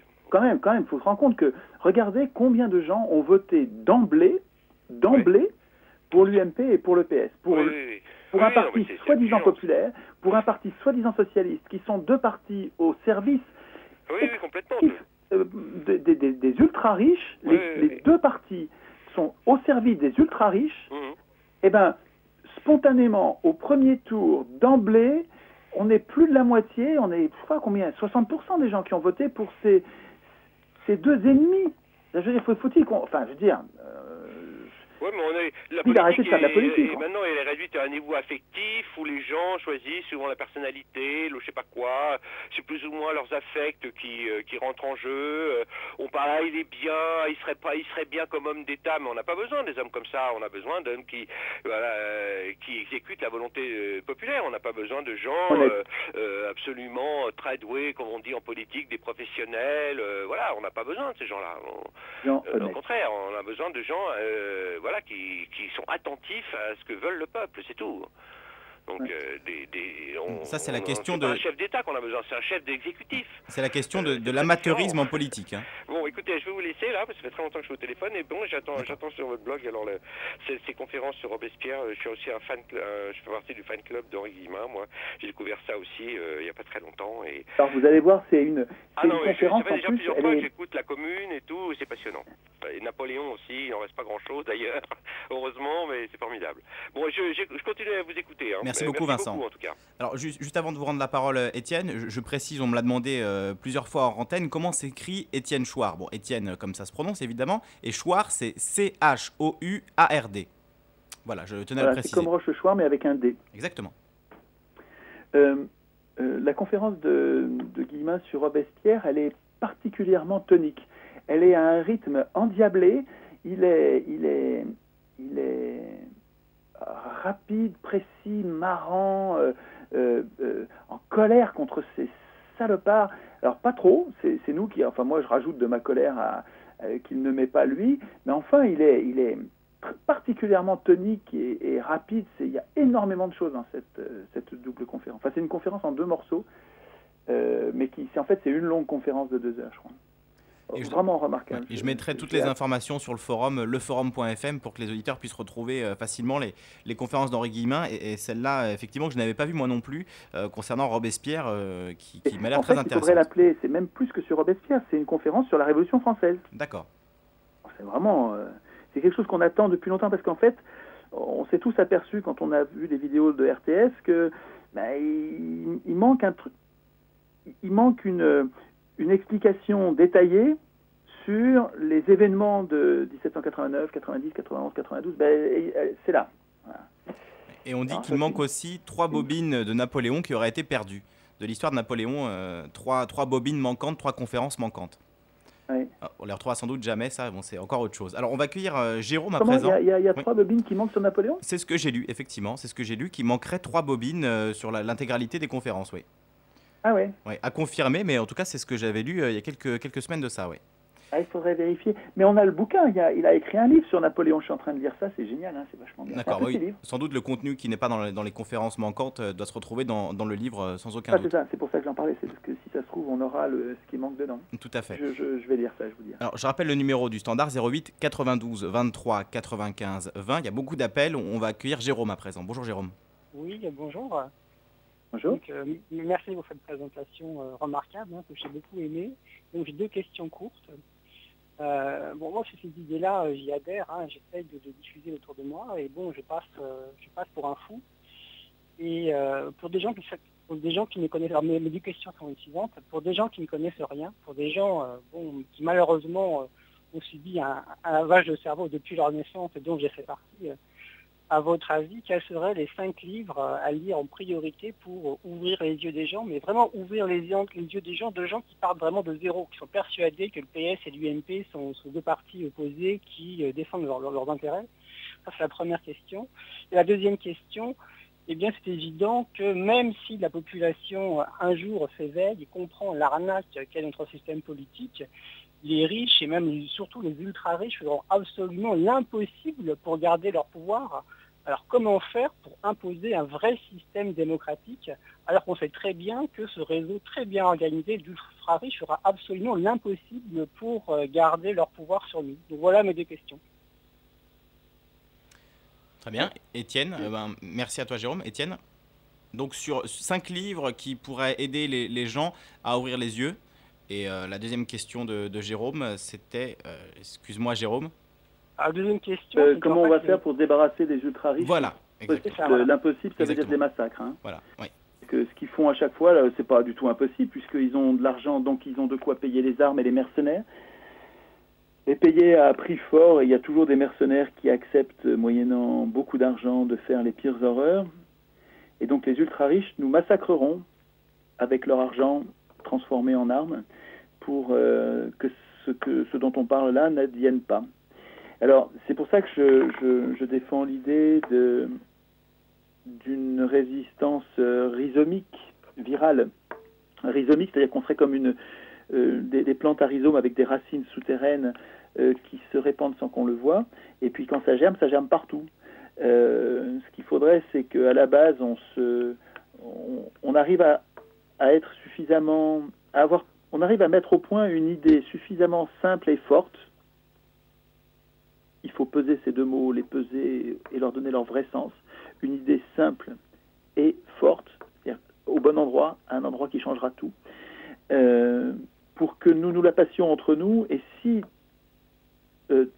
tout notre corps social, mais je pense au corps social de la planète Terre, hein, je pense à tous les humains vivant sur Terre, prenant conscience parce que c'est le moment, un peu comme un enfant devient un adolescent parce que c'est le moment, un peu comme un petit devient grand et souhaite maintenant s'émanciper, puis ça va venir parce qu'il est programmé pour ça, un peu comme une chenille devient papillon. Si nous nous emparons de cette idée simple et que nous la portons tous, ça devient impossible de nous massacrer tous, quoi. C'est-à-dire qu'il restera toujours les germes de la résistance qui finiront par venir à bout du truc. C'est l'idée, peut-être que ça marchera pas, je ne sais pas si l'idée que je défends est celle-là, est-ce que c'est l'idée simple et forte qu'il nous faut? Moi, il me semble que des humains qui seraient capables de se concentrer sur cette idée simple que c'est pas aux hommes au pouvoir d'écrire les règles du pouvoir.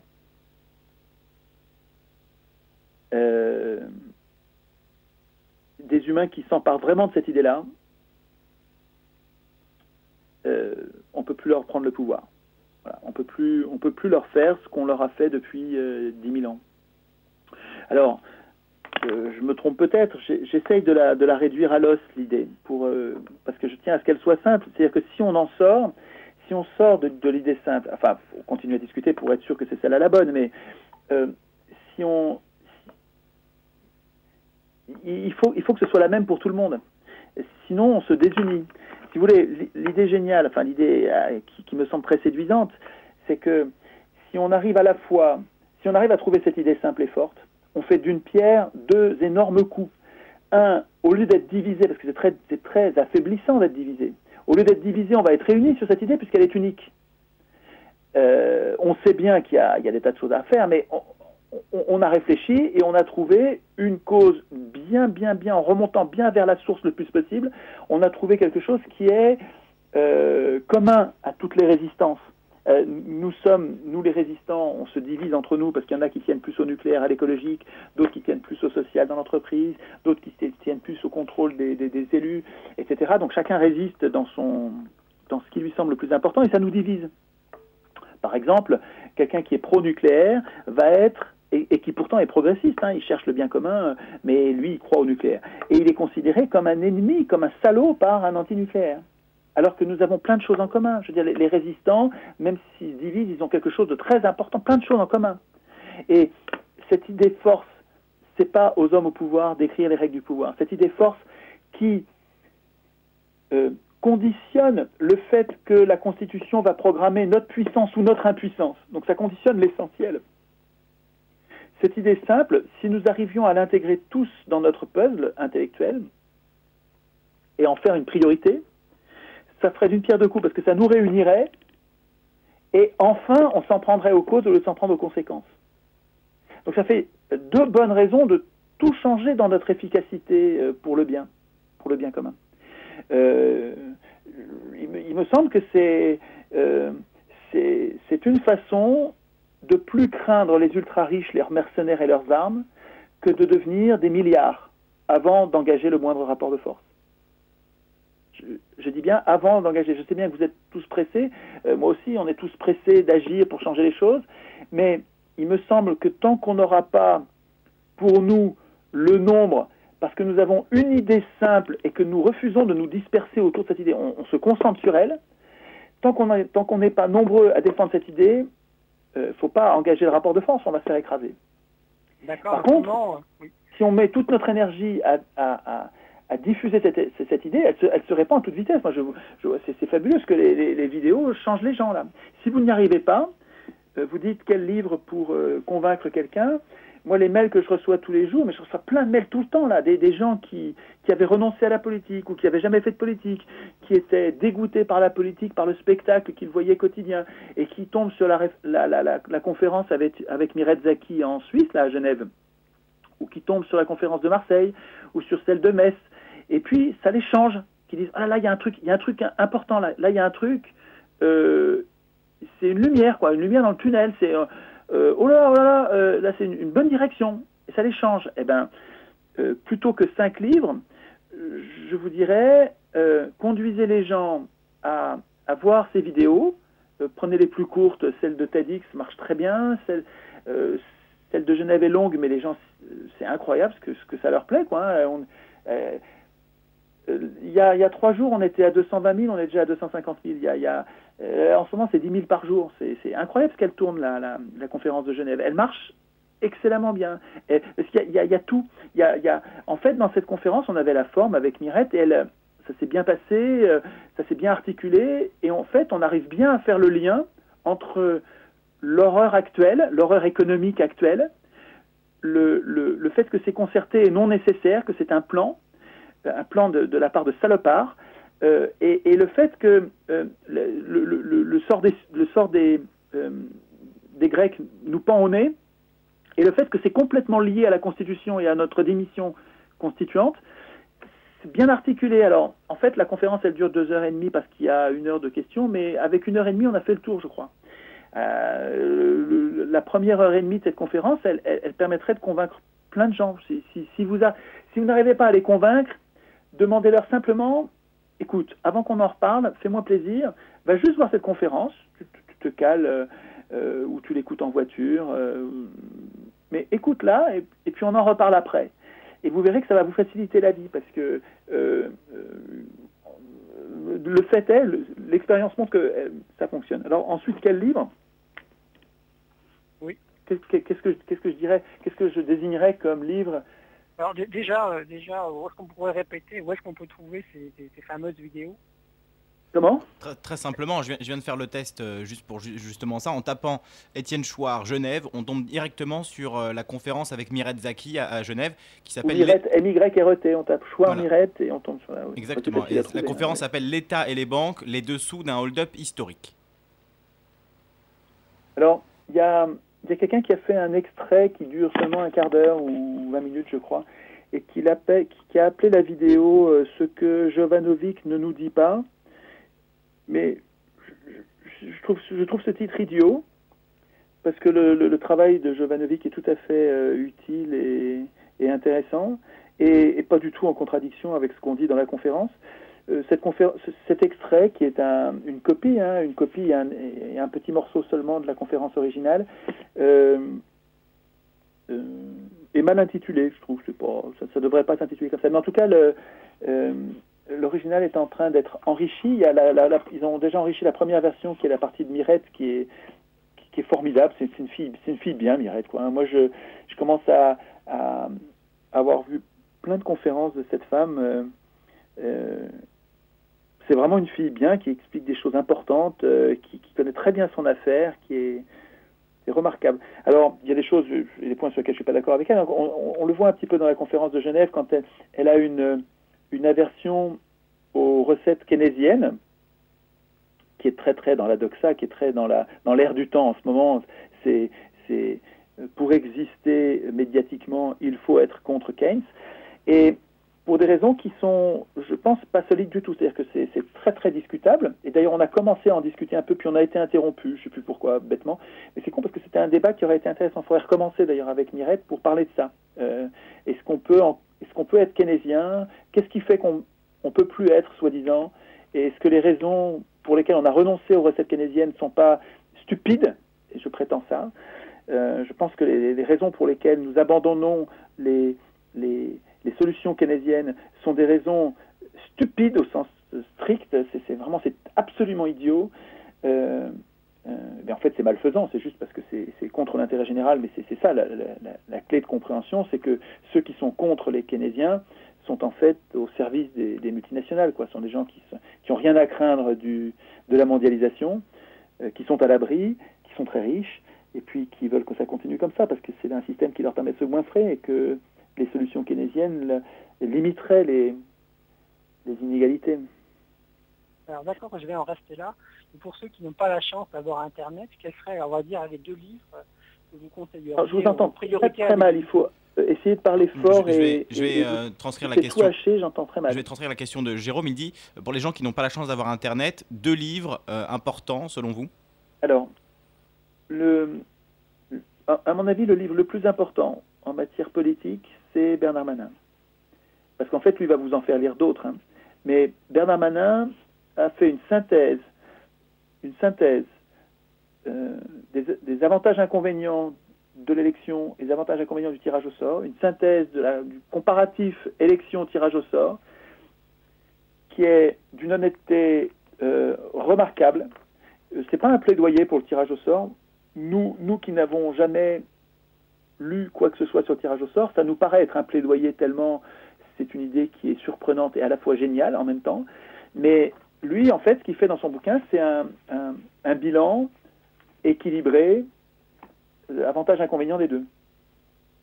Et c'est, je pense, un livre qui devrait être dans toutes les bibliothèques de citoyens dignes de ce nom, d'un citoyen qui veut s'occuper du bien commun et de l'organisation des pouvoirs politiques. Il faut connaître ce livre. Il faut plus que ça. Il faut l'avoir travaillé, il faut l'avoir annoté, il faut l'avoir griffonné, surligné, relié à d'autres. Bon, je crois que c'est un livre qu'il faut pas seulement lire, il faut le travailler, il faut l'avoir avec soi. C'est un petit livre qui tient dans une poche, puis ça devient un ami, ça devient un bouquin important. Principe du gouvernement représentatif. Principe du gouvernement représentatif, ça c'est vraiment un livre de Bernard Manin qui est paru en 95. Un grand livre, un grand petit livre. Il y a un deuxième livre qui me semble absolument essentiel, fondateur, que j'aime énormément, qui est un livre d'Alain qui s'appelle Propos sur le pouvoir. Une sélection Alain a écrit des milliers de propos. Et il y a une sélection qui a été faite chez Folio. C'est le numéro 1, c'est le premier livre qui est paru chez Folio, historiquement, je crois, puisqu'il a le numéro 1. Et les propos sur le pouvoir, je dirais que c'est le meilleur de tous mes livres. Alors, j'exagère un petit peu parce qu'il y a une compétition quand même pour les 10 meilleurs, je les aime énormément, quoi. Donc, j'ai quand même du mal à les départager, mais les propos sur le pouvoir, c'est un bonheur, quoi. C'est de l'intelligence, c'est des armes pour résister aux élus. C'est vraiment intelligent. C'est remarquable. C'est pas du tout un livre violent, anti-parlementaire, pas du tout. Hein. C'était un radical, donc c'était pas du tout un révolutionnaire, mais c'était un philosophe vraiment remarquable. Donc les propos sur le pouvoir d'Alain, ce serait le deuxième livre. Alors j'ai pas préparé ça, donc je vais vous parler à au débeauté, peut-être que je vais en oublier un. Si je devais choisir un livre auquel je tiens énormément, mais vraiment énormément, je dirais Le contrat social de Rousseau. C'est une pure merveille, ce truc-là. Le contrat social, on le lit trop jeune et on ne se rend pas compte de ce qu'il y a dedans. C'est un livre extrêmement important. C'était le philosophe des pauvres, au milieu des Lumières, qui étaient les philosophes des riches, qui étaient des crapules. Je découvre ça, c'est incroyable. Je découvre, grâce à Marion Sigaud, je découvre l'article mendiant ou mendicité dans l'encyclopédie, soi-disant la Bible des Lumières, mais est mendiant pour le philosophe des Lumières, c'est-à-dire le riche, est mendiant celui qui fait... Alors je parle de mémoire, il faudrait que je l'ai sous les yeux, ce serait plus... Mais vous allez voir, cherchez, vous verrez, est mendiant celui qui fait vœu de vivre au crochet d'autrui, celui qui volontairement, par paresse ou par vice, c'est dégueulasse. Les pauvres, les mendiants sont des gens qui font vœu. C'est la définition qu'en donnent les Lumières, les soi-disant Lumières. Et alors la suite de l'article est absolument édifiante. La suite, mais je vous parle de l'encyclopédie des Lumières, c'est ce qui nous est présenté comme la référence absolue de la raison, de la patience, de la tolérance, de la civilisation. Mais c'est dégueulasse ce qu'ils disent des mendiants, dégueulasse, qu'il faut les mettre au boulot ou en prison. Donc, et alors au milieu de ces Lumières tout à fait esclavagistes et négrière, il y avait un Rousseau qui était le philosophe des pauvres, qui était catholique avec ses valeurs chrétiennes et qui donc résistait aux Lumières qui étaient anti-catholiques. Alors moi je suis complètement athée, je suis pas du tout catholique, enfin je suis catholique, je suis absolument profondément athée, mais je vois bien ce qui anime Rousseau, quoi, c'est la bonté, ce qu'il y a de si généreux dans les valeurs chrétiennes, quoi, c'est... Et la conférence d'1 heure sur Rousseau de Henri Guillemin est excellente aussi à citer au passage. C'est merveilleux. Et alors il a écrit 2 petits bouquins formidables. Donc chez Utovi, on trouve 2 petits bouquins, et alors surtout une affaire, ou cette affaire infernale, ou une affaire infernale. C'est très très important de faire le tour des calomnies de Voltaire à l'encontre de Rousseau.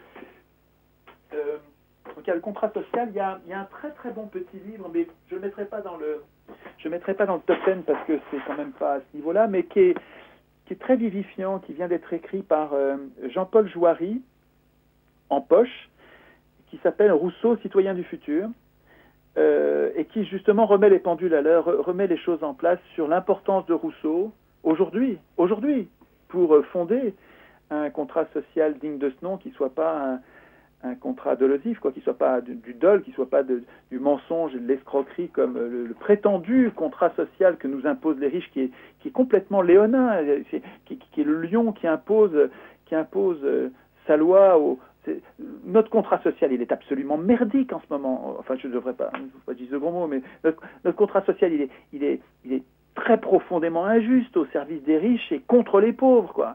Et c'est pas du tout une fatalité. Il y a des tas de sociétés dans lesquelles il n'y a pas eu de pauvres. On peut très bien vivre en société sans pauvres.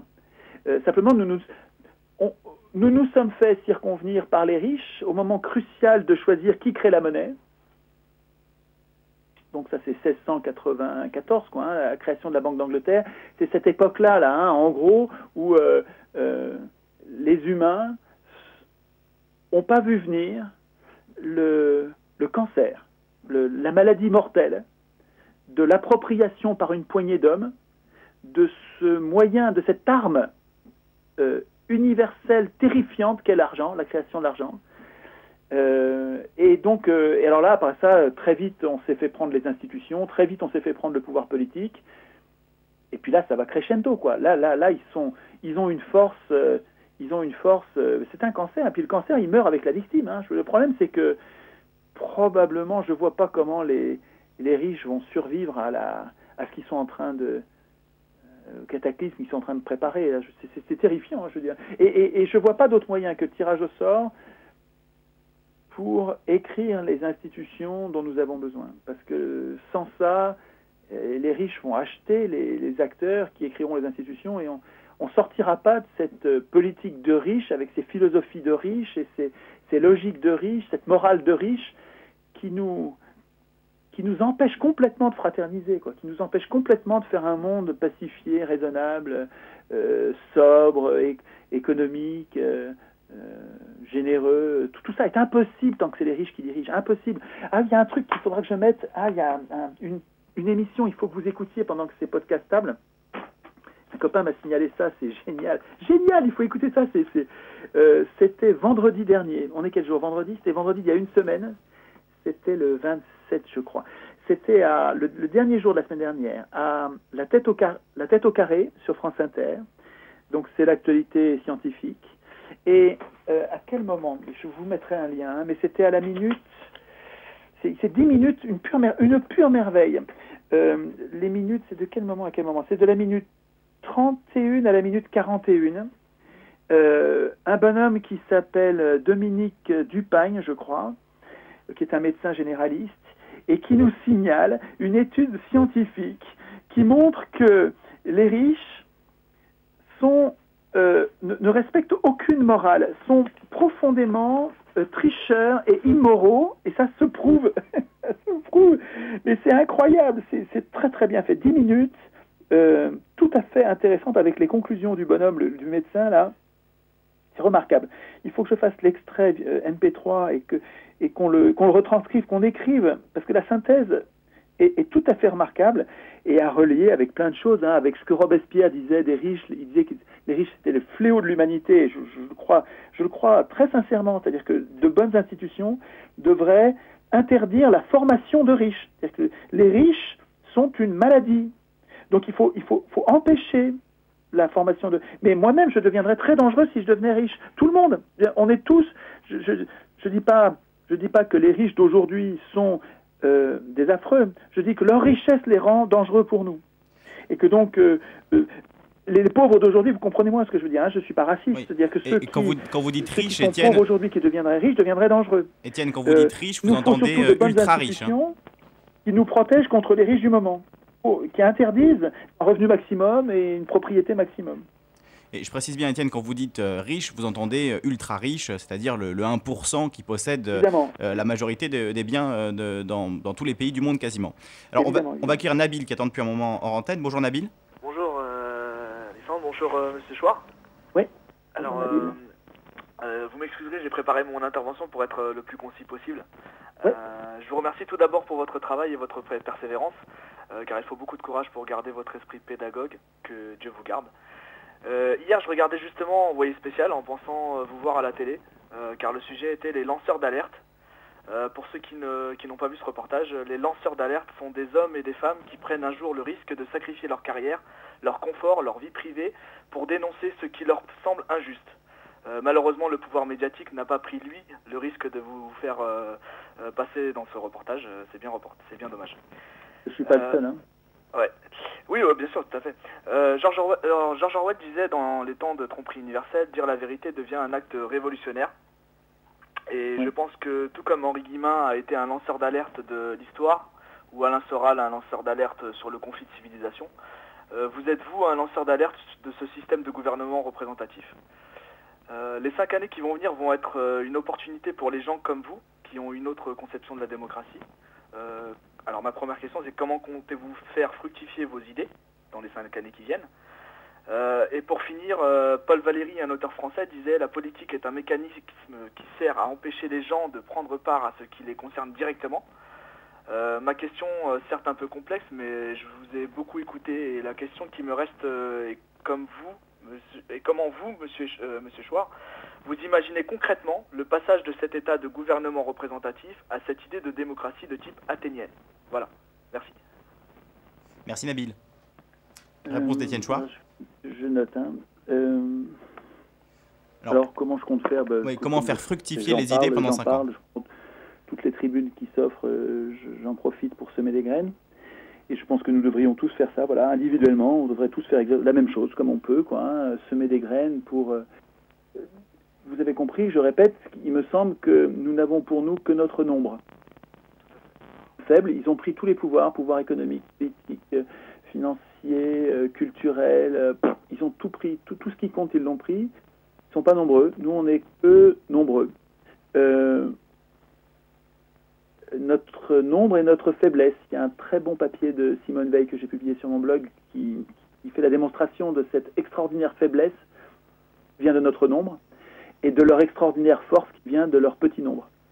Il me semble que nous ne sommes faibles, que nous sommes nombreux, que parce que nous avons des idées différentes. Alors, je suggère qu'au milieu de toutes ces idées différentes, on va évidemment garder nos idées différentes, mais au milieu de ces idées différentes, nous apprenions, et en parlant entre nous, sans compter sur les élus pour le faire, ou les élus, ou les médias, ou tous ces voleurs de pouvoir, je suggère qu'entre nous, à la base, nous nous convainquions mutuellement de l'importance de cette pièce centrale et commune dans notre puzzle intellectuel qui serait « c'est pas aux hommes au pouvoir d'écrire les règles du pouvoir ». Nous voulons une assemblée constituante sans professionnels de la politique. Nous voulons une assemblée constituante et un conseil constitutionnel sans professionnels de la politique. Donc, probablement tiré au sort. Si nous arrivons à faire de cette idée, je trouve géniale, enfin je ne me donnerai pas tant de mal si je trouve que ce n'était pas une bonne idée, si nous n'arrivons pas si nous arrivons à en faire une idée qui est très très largement répandue, je crois que ça pourra changer. Alors après ça, comment concrètement ça va se passer? Bien, mais c'est pas important. Enfin, il me semble que c'est pas important. C'est-à-dire que si les Tunisiens avaient fait ce que je suggère avant de se révolter, ils n'auraient pas élu leur assemblée constituante parmi les partis politiques, ils l'auraient tiré au sort parmi des gens normaux entre eux, et à mon avis, ils auraient pour la première fois dans l'histoire des hommes institué une vraie démocratie.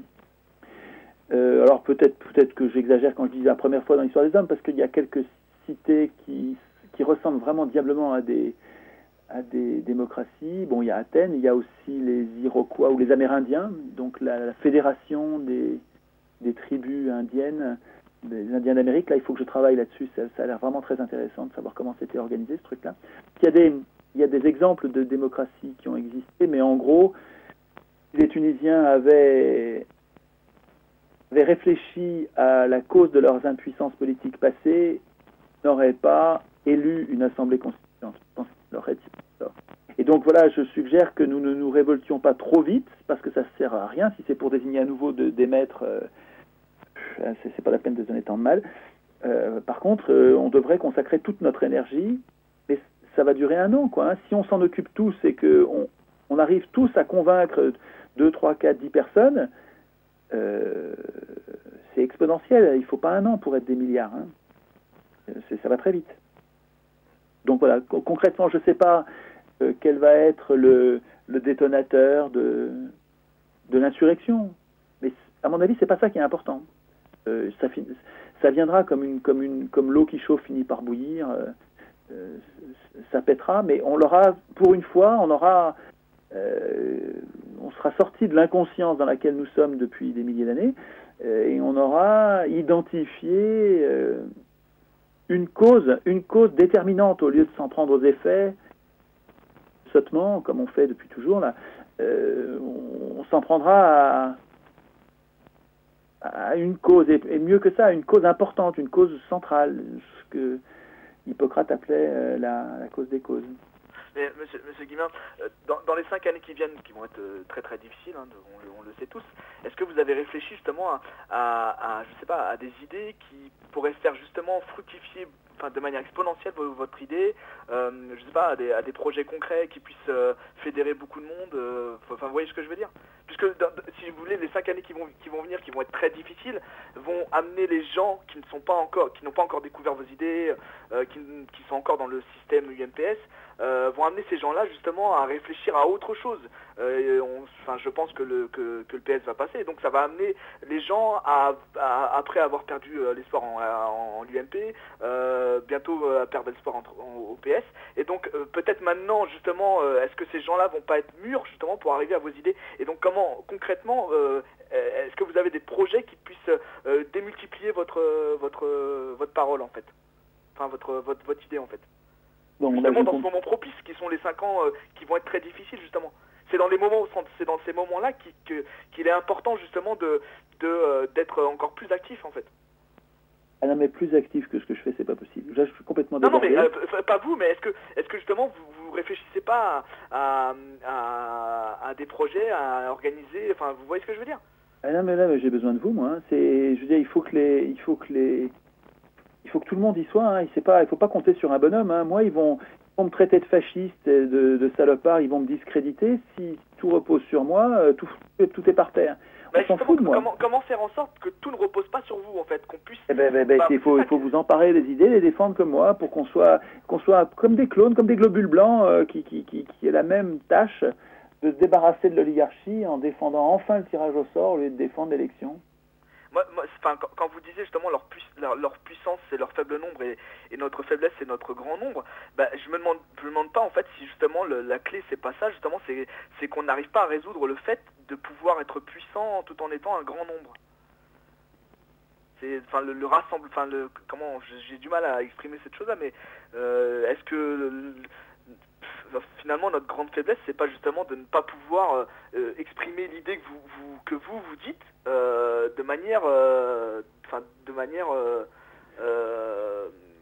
organisée en fait. Alors organisé, est-ce qu'il faudrait qu'il y ait un parti, un mouvement et qu'on participe aux élections? Bien sûr, il y a plein de gens qui réclament ça, mais à mon avis ce sera un point de faiblesse ça. Si on peut le faire, hein, chacun aura, c'est vous qui décidez de ce que vous faites, hein, c'est pas moi, mais un parti, s'il y a un parti qui incarne cette idée, s'il y a un homme ou un groupe d'hommes qui incarne cette idée, il suffira de les salir, il suffira de les calomnier, il suffira de les compromettre pour saloper l'idée et nous en priver. Je pense que c'est assez important que le truc reste bordélique, diffus, pas structuré, mais avec une colonne vertébrale qui est la force et la simplicité de l'idée, et que nous passons de façon désorganisée, volontairement, pour que personne puisse nous la voler. Je ne sais pas si vous comprenez ce que je veux dire.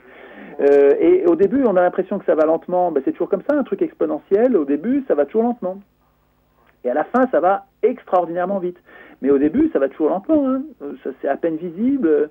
Mais moi, je vous dis, j'ai l'impression, mais bon, c'est peut-être trompeur. Hein. On verra bien si c'était vrai ou pas. Mais j'ai l'impression que ça se répand à toute vitesse en ce moment. Moi j'ai plutôt l'impression qu'on est dans une époque charnière et qu'il y a justement urgence, parce que j'ai même l'impression que dans 5 ans l'élection ne sera pas organisée de la même manière qu'on a pu l'avoir depuis des décennies. Vous avez peut-être raison, je sais pas, je ne peux pas prévoir l'avenir du tout, je sais pas du tout. Moi je fais ce que je peux. Oui, bien sûr. À mon avis il ne faut pas tirer sur l'herbe pour qu'elle pousse plus vite, parce que si on fait ça on l'arrache et elle meurt, donc il faut la laisser pousser à sa vitesse. Et puis, en semer plus, s'en occuper, arroser, revenir à la charge. Vous avez convaincu quelqu'un, mais revenez le voir pour remettre un petit peu d'engrais, remettre un peu d'eau, gratter la terre autour du pied. Il y a un travail d'horticulture, moi, pour arriver à me faire réfléchir au tirage au sort. Le gars qui m'a convaincu, il s'y est pris à 3 fois.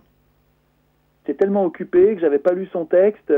Et s'il l'avait fait qu'une fois, il sème juste la graine et puis il passe à autre chose. La graine, elle aurait pas jamais. Enfin, on peut pas savoir ce qui serait passé, mais ce serait peut-être venu par d'autres. Mais en tout cas, la graine qu'il a plantée en me donnant son bouquin là, il s'en est occupé. Il est revenu 15 jours après, et puis j'étais débordé, je m'en suis toujours pas occupé. Il est revenu 3 semaines après. J'étais tout gêné de pas avoir fait ce que j'avais dit que je ferais. Et puis finalement j'ai lu son bouquin, et alors là, alors là, la germination a commencé, là j'ai commencé à lire. Mais vous voyez, c'est un travail, on devrait tous faire ça, c'est-à-dire que quand vous allez essayer de convaincre les autres que l'essentiel n'est pas là où ils croyaient, et que finalement il n'y a rien à attendre de l'élection, qui est un piège à con, et en fait le tirage au sort qu'on se garde bien de nous apprendre à l'école, parce que ça foutrait toute la République par terre, toute la fausse République des riches, là, ça foutrait tout par terre, et ça permettrait aux pauvres de changer l'ordre social. Ce tirage au sort qui a si bien permis aux pauvres de gouverner pendant 200 ans, il y a 2500 ans. Nous devrions nous le rapproprier. Quand vous allez en parler aux gens, vous allez voir que ça ne marche pas tout de suite. Ils sont rétifs. Même quand ils disent que c'est intéressant, ils l'oublient. Une semaine après, il n'en reste quasiment plus rien. Pour revenir, passer une deuxième couche, puis une troisième couche, il faut être patient comme un botaniste. S'occuper de ces petites pousses, les protéger, pas mettre trop d'engrais, sinon on les tue, on les brûle, les plantes. Si vous insistez trop, vous allez les dégoûter, vous allez devenir leur ennemi. Donc, il faut choisir la dose, il faut faire ça astucieusement. Mais si on fait tout ça dans notre coin, du mieux qu'on peut, à notre manière, et opiniâtrement, courageusement, comme un colibri, quoi. Hein, elle est bien l'image du colibri. Sauf que là, on a quelque chose de plus fort que la simple goutte d'eau. Je crois on serait un colibri qui aurait un turbo qui permet de trimballer pas seulement une goutte d'eau à chaque voyage, mais un Canadair. Alors Étienne, Nabil a été coupé par la technique parce qu'il arrivait à la fin de son temps d'antenne. On le remercie quand même pour ses questions. Il y a eu énormément d'appels pendant cette émission. Malheureusement, enfin heureusement, je ne sais pas, il faut prendre le temps avec chaque auditeur d'aller au fond de ces questions. Trop long, hein, et de répondre. Non, mais c'est pas le problème. Alors je n'ai pas envie de vous prendre en dépourvu en vous proposant ça à l'antenne, mais est-ce que vous auriez quelque chose contre l'idée qu'on refasse cette émission un peu plus longuement, prenant 3h, 3h30 dans les semaines à venir pour pouvoir répondre plus en détail à toutes les questions d'auditeurs qui sont extrêmement nombreuses? Oui, il n'y a pas de problème, évidemment, oui, bien sûr. On l'a déjà fait, on peut tenir tout l'après-midi. On peut tenir l'après-midi, la soirée, moi je peux tenir 24 heures. Hein. Alors, on prendra sans doute un mardi ou un jeudi pour avoir 3h30 face à nous, et on prendra les auditeurs très tôt dans l'après-midi pour avoir le plus de questions et le plus de réponses possible, parce que je vois bien qu'il y a un véritable engouement et qu'il y a énormément de questions. Donc voilà, et plein d'auditeurs sont déçus de ne pas avoir pu poser leurs questions, notamment un qui me disait hors antenne qu'il l'aimerait. Il nous reste 10 minutes et peut-être qu'on pourrait conclure cette émission là-dessus. Comprendre concrètement le tirage au sort, comment ça marche, quelle forme auraient ces institutions. Voilà, vous avez 10 minutes pour conclure l'émission là-dessus. Bon, c'est un peu court, je le sais, mais... D'habitude, vous avez 10 heures, mais là, vous aurez 10 minutes, choix. Débrouillez-vous. C'est marrant. Je vais probablement pas arriver à résumer tout ce qui compte en 10 minutes, mais bon, on peut essayer. Oui, j'en suis sûr. Je voudrais juste vous signaler que on vient de démarrer un truc sur Internet qui s'appelle OpiNews, où je vais être tous les mardis, normalement tous les mardis soirs de 9 à 10 pendant 1 heure. D'ailleurs, on pourrait faire un truc équivalent avec vous. Hein. Parce que ça permet de se retrouver régulièrement et de être tenaillé par le temps, c'est-à-dire qu'on prend des petits sujets, morceaux de sujets, ça va être des bouquins que je suis en train de découvrir au fur et à mesure. Enfin bon, voilà, OpiNews, OPI... NEWS, c'est un outil c'est un peu comme une radio internet, je ne sais pas comment on peut appeler ça, mais c'est quelque chose où je pourrais répondre encore à vos questions si vous voulez. Alors sur le tirage au sort, comment ça marche? Alors 10 minutes. L'idée géniale à Athènes, et qui pourrait très bien marcher aujourd'hui, je trouve, c'est que pour être sûr d'exercer nous-mêmes le pouvoir, commune par commune, chaque commune a à peu près la taille de la cité athénienne, donc quelques dizaines de milliers de personnes, ça va bien, et on se réunit dans une assemblée qui fait 10 000 personnes, parce que bien sûr tout le monde ne vient pas, c'est vieux comme la terre, tout le monde n'a pas envie de faire de politique, mais ceux qui veulent viennent. Quel que soit leur parti, quelles que soient leurs idées, il n'y aurait plus de parti, puisque nous voterions nous-mêmes les lois, nous n'aurions plus besoin de parti pour gagner les élections, il n'y aurait plus d'élections. Enfin, il y aurait des élections pour les sujets sur lesquels on a besoin de la compétence, et puis c'est tout. Mais pour voter nos lois, les Athéniens avaient pris le parti, fait le pari, avaient postulé que ils étaient tous à égalité politique pour voter leurs lois, et qu'il n'y avait pas d'experts ou de spécialistes pour ce qui concerne la politique.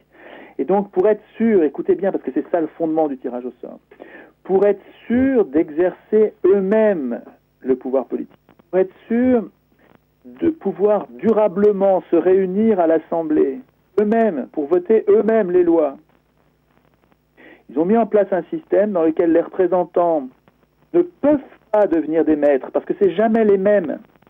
Ils savaient bien, les Athéniens, que le pouvoir corrompt, comme une drogue délicieuse, et crée une addiction au pouvoir. Les gens qui exercent le pouvoir en veulent encore. Alors que les Athéniens, voulant se munir contre la tyrannie, ont organisé une rotation des charges, des mandats courts et non renouvelables, en imposant que les représentants de l'Assemblée, mais il faut comprendre que les représentants, ce n'est pas ceux qui votent les lois du tout, c'est pour que ce soit l'Assemblée qui continue durablement à voter les lois, les représentants ont été tirés au sort, donc affaiblis par le tirage au sort. Vous comprenez ça? Le tirage au sort sert à nous protéger, nous. Le tirage au sort sert à affaiblir les tirés au sort. Donc les tirés au sort étaient tirés au sort pour des mandats courts, 1 an maximum, 6 mois souvent, des mandats courts et non renouvelables, enfin jamais 2 fois de suite en tout cas. Il manquait de candidats au tirage au sort, ils étaient obligés de faire des entorses, mais on s'en fout, enfin bon, on verra après, c'est des détails ça. Le principe était la rotation des charges, et donc le principe était l'amateurisme politique. L'amateurisme politique, non pas de ceux qui votent les lois, j'insiste, l'amateurisme des représentants qui ne sont pas ceux qui votent les lois. Les représentants dans une démocratie font tout le reste, mais pas le vote des lois. Les représentants dans une démocratie sont le Conseil des 500, par exemple, qui était celui qui préparait les lois, parce qu'on ne prépare pas les lois à l'Assemblée, on est 6000 à l'Assemblée, on ne peut pas discuter. À 6000, on ne discute pas. C'est le désordre, le brouhaha. Donc on ne discute pas, on discute sur l'agora, place populaire, dans les tribus, dans les différentes familles. On fait de la politique tout le temps parce qu'on sait que demain on va aller voter, ou on sait que la semaine prochaine on va aller voter la loi. Donc on discute en dehors, bien sûr, beaucoup, plus que les humains n'ont jamais discuté à Athènes. Mais les représentants préparent la loi, mais ils ne vont pas la voter. Ils la préparent, ils sont tirés au sort pour préparer, et ils sont surveillés. Alors, ils ne sont pas que tirés au sort, ils sont aussi surveillés comme le lait sur le feu. Donc il y avait ceux qui préparaient les lois, il y avait ceux qui appliquaient les lois, les juges étaient tirés au sort.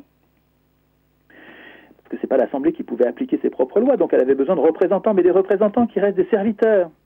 Et le tirage au sort servait à garantir que les représentants ne deviennent pas des maîtres. Super important ça. Le tirage au sort nous protégerait. On n'a rien à craindre du tirage au sort.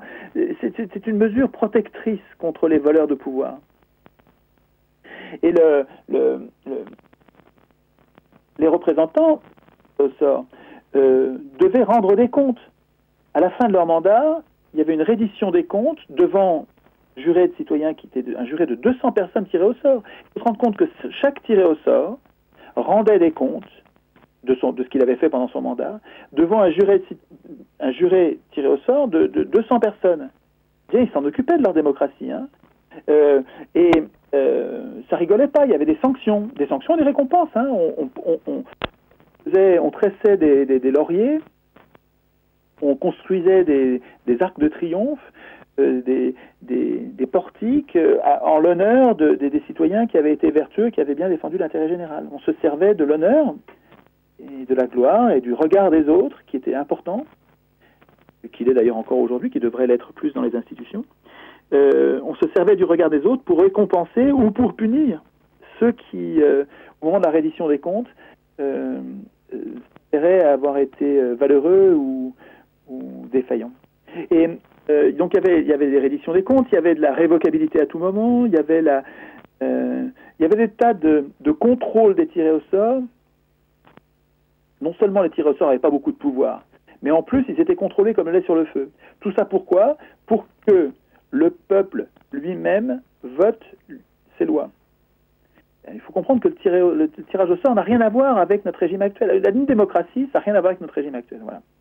Alors, comment est-ce qu'on pourrait s'inspirer de ce truc? Alors, là, je vous parle du tirage au sort dans le cadre d'institutions réellement démocratiques. Et il y a un autre tirage au sort, et il ne faut pas mélanger les deux discussions parce que c'est différent. Et faites attention parce que c'est vraiment des sujets qui ont tendance à se mélanger et à semer la confusion parce qu'on ne parle pas du tout de la même chose. Il y a une autre application du tirage au sort qui ne préjuge pas du régime dans lequel on va être, gouvernement représentatif ou démocratie, et le tirage au sort de l'Assemblée constituante que je préconise. Et je suis open là-dessus. Hein. Il y a sur mon site, sur le blog, il y a quelqu'un absolument passionnant qui s'appelle Citoyen, avec une drôle d'orthographe, qui absolument passionnant, et puis qui m'enfonce des banderilles dans les flancs en me disant tu déconnes Étienne, avec le tirage au sort de l'Assemblée constituante, on n'en a pas besoin, il nous faut une assemblée, il nous faut un peuple constituant qui dans chaque commune écrive ce qu'il veut comme constitution. Il dit ne veut pas être représenté même par des tirés au sort, me dit Citoyen. Et je peux l'entendre, hein, je trouve ça stimulant pour la pensée. Je suis pas sûr, enfin, si vous voulez, j'ai pas de certitude ni sur le tirage au sort de l'Assemblée constituante, ni sur le fait que le peuple entier pourrait écrire constitution. Tout ça me paraît intéressant à débattre, mais ce qui est très très très très important, le plus important de ce que j'ai à dire, je crois, dans tout ce qui ressort de tout mon travail, c'est que c'est pas aux hommes au pouvoir d'écrire les règles du pouvoir. Donc l'Assemblée constituante doit être désintéressée. Donc il ne doit plus y avoir de conflit d'intérêts dans l'Assemblée constituante. Donc il ne faut pas que ce soit des professionnels de la politique qui participent à l'Assemblée constituante. Nous devrions, nous, ceux qui renonçons au pouvoir, et il faut comprendre les gens normaux, quoi, hein, nous devrions imposer que l'Assemblée constituante ne comporte aucun professionnel de la politique. Nous devrions interdire, nous qui ne voulons pas faire de politique, qui nous voulons faire de la politique au sens noble et désintéressé et sans vouloir gouverner à la place des autres, mais nous devrions interdire aux professionnels de la politique de foutre les pieds dans une assemblée constituante. Et... Alors, oui, ce sera le mot de la fin. Une solution, ça peut être de tirer au sort l'assemblée constituante. Une autre, ça peut être de dire, l'assemblée constituante, ce sera tout le monde, comme dit Citoyen. Mais dans les deux cas, dans l'idée de Citoyen comme dans la mienne, on fait attention à ce que ceux qui écrivent la Constitution ne soient pas des professionnels de la politique. Voilà, et ce sera le mot de la fin. Je suis désolé, Étienne, on est pris par le temps. On se retrouvera très prochainement, dans 1 ou 2 semaines, pour reparler de tout ça plus longuement encore, avec les questions des auditeurs qui seront, je n'en doute pas, passionnantes. Merci beaucoup. Vous devriez aller voir le-message.org. Le-message.org, c'est un des virus, un d'entre vous qui a créé ce truc-là, qui est une espèce de résumé très bien fait, très light, très 0% de matière grasse, qui permet d'aborder le travail de façon digeste. Il n'y a pas trop de trucs. Sur mon site, à force, il y a tellement de choses que je crois qu'au début, quand on arrive là-dessus, on a peur. Il y a beaucoup de choses, quoi. Hein. Alors que sur le message.org, il a réuni ce qui lui semble, lui, essentiel, avec 5 petites phrases très courtes, et ensuite on avance progressivement dans la compréhension du truc. Le-message.org. C'est remarquable. Et je vous invite à faire la même chose. C'est-à-dire, vous pouvez m'aider en imaginant des moyens auxquels moi j'ai pas pensé, de diffuser l'idée simple et forte pour qu'on soit rapidement des milliards. Partout sur Terre, il faut traduire. Il y a des chantiers de traduction que vous trouverez sur Facebook. Merci infiniment, Étienne. Merci à vous. Je prends ma force dans votre regard. Merci beaucoup et on se reparlera très bientôt, évidemment, pour continuer ces discussions passionnantes sur ces sujets ô combien importants. Merci beaucoup, Étienne, et à très bientôt. Je précise, je ferai un message sur le forum de la radio avec toutes les références qu'on a données pendant cette émission pour que les auditeurs puissent s'y retrouver facilement. Et la vidéo de notre émission sera disponible très prochainement sur notre site internet. Ok, je vais publier la conférence sur Guillemin tout de suite. Là, la conférence sur Robespierre. Excellent. Merci beaucoup, Étienne. À bientôt. Bonne journée, au revoir. Vous êtes sur Radio Ici et Maintenant, 95.2 FM.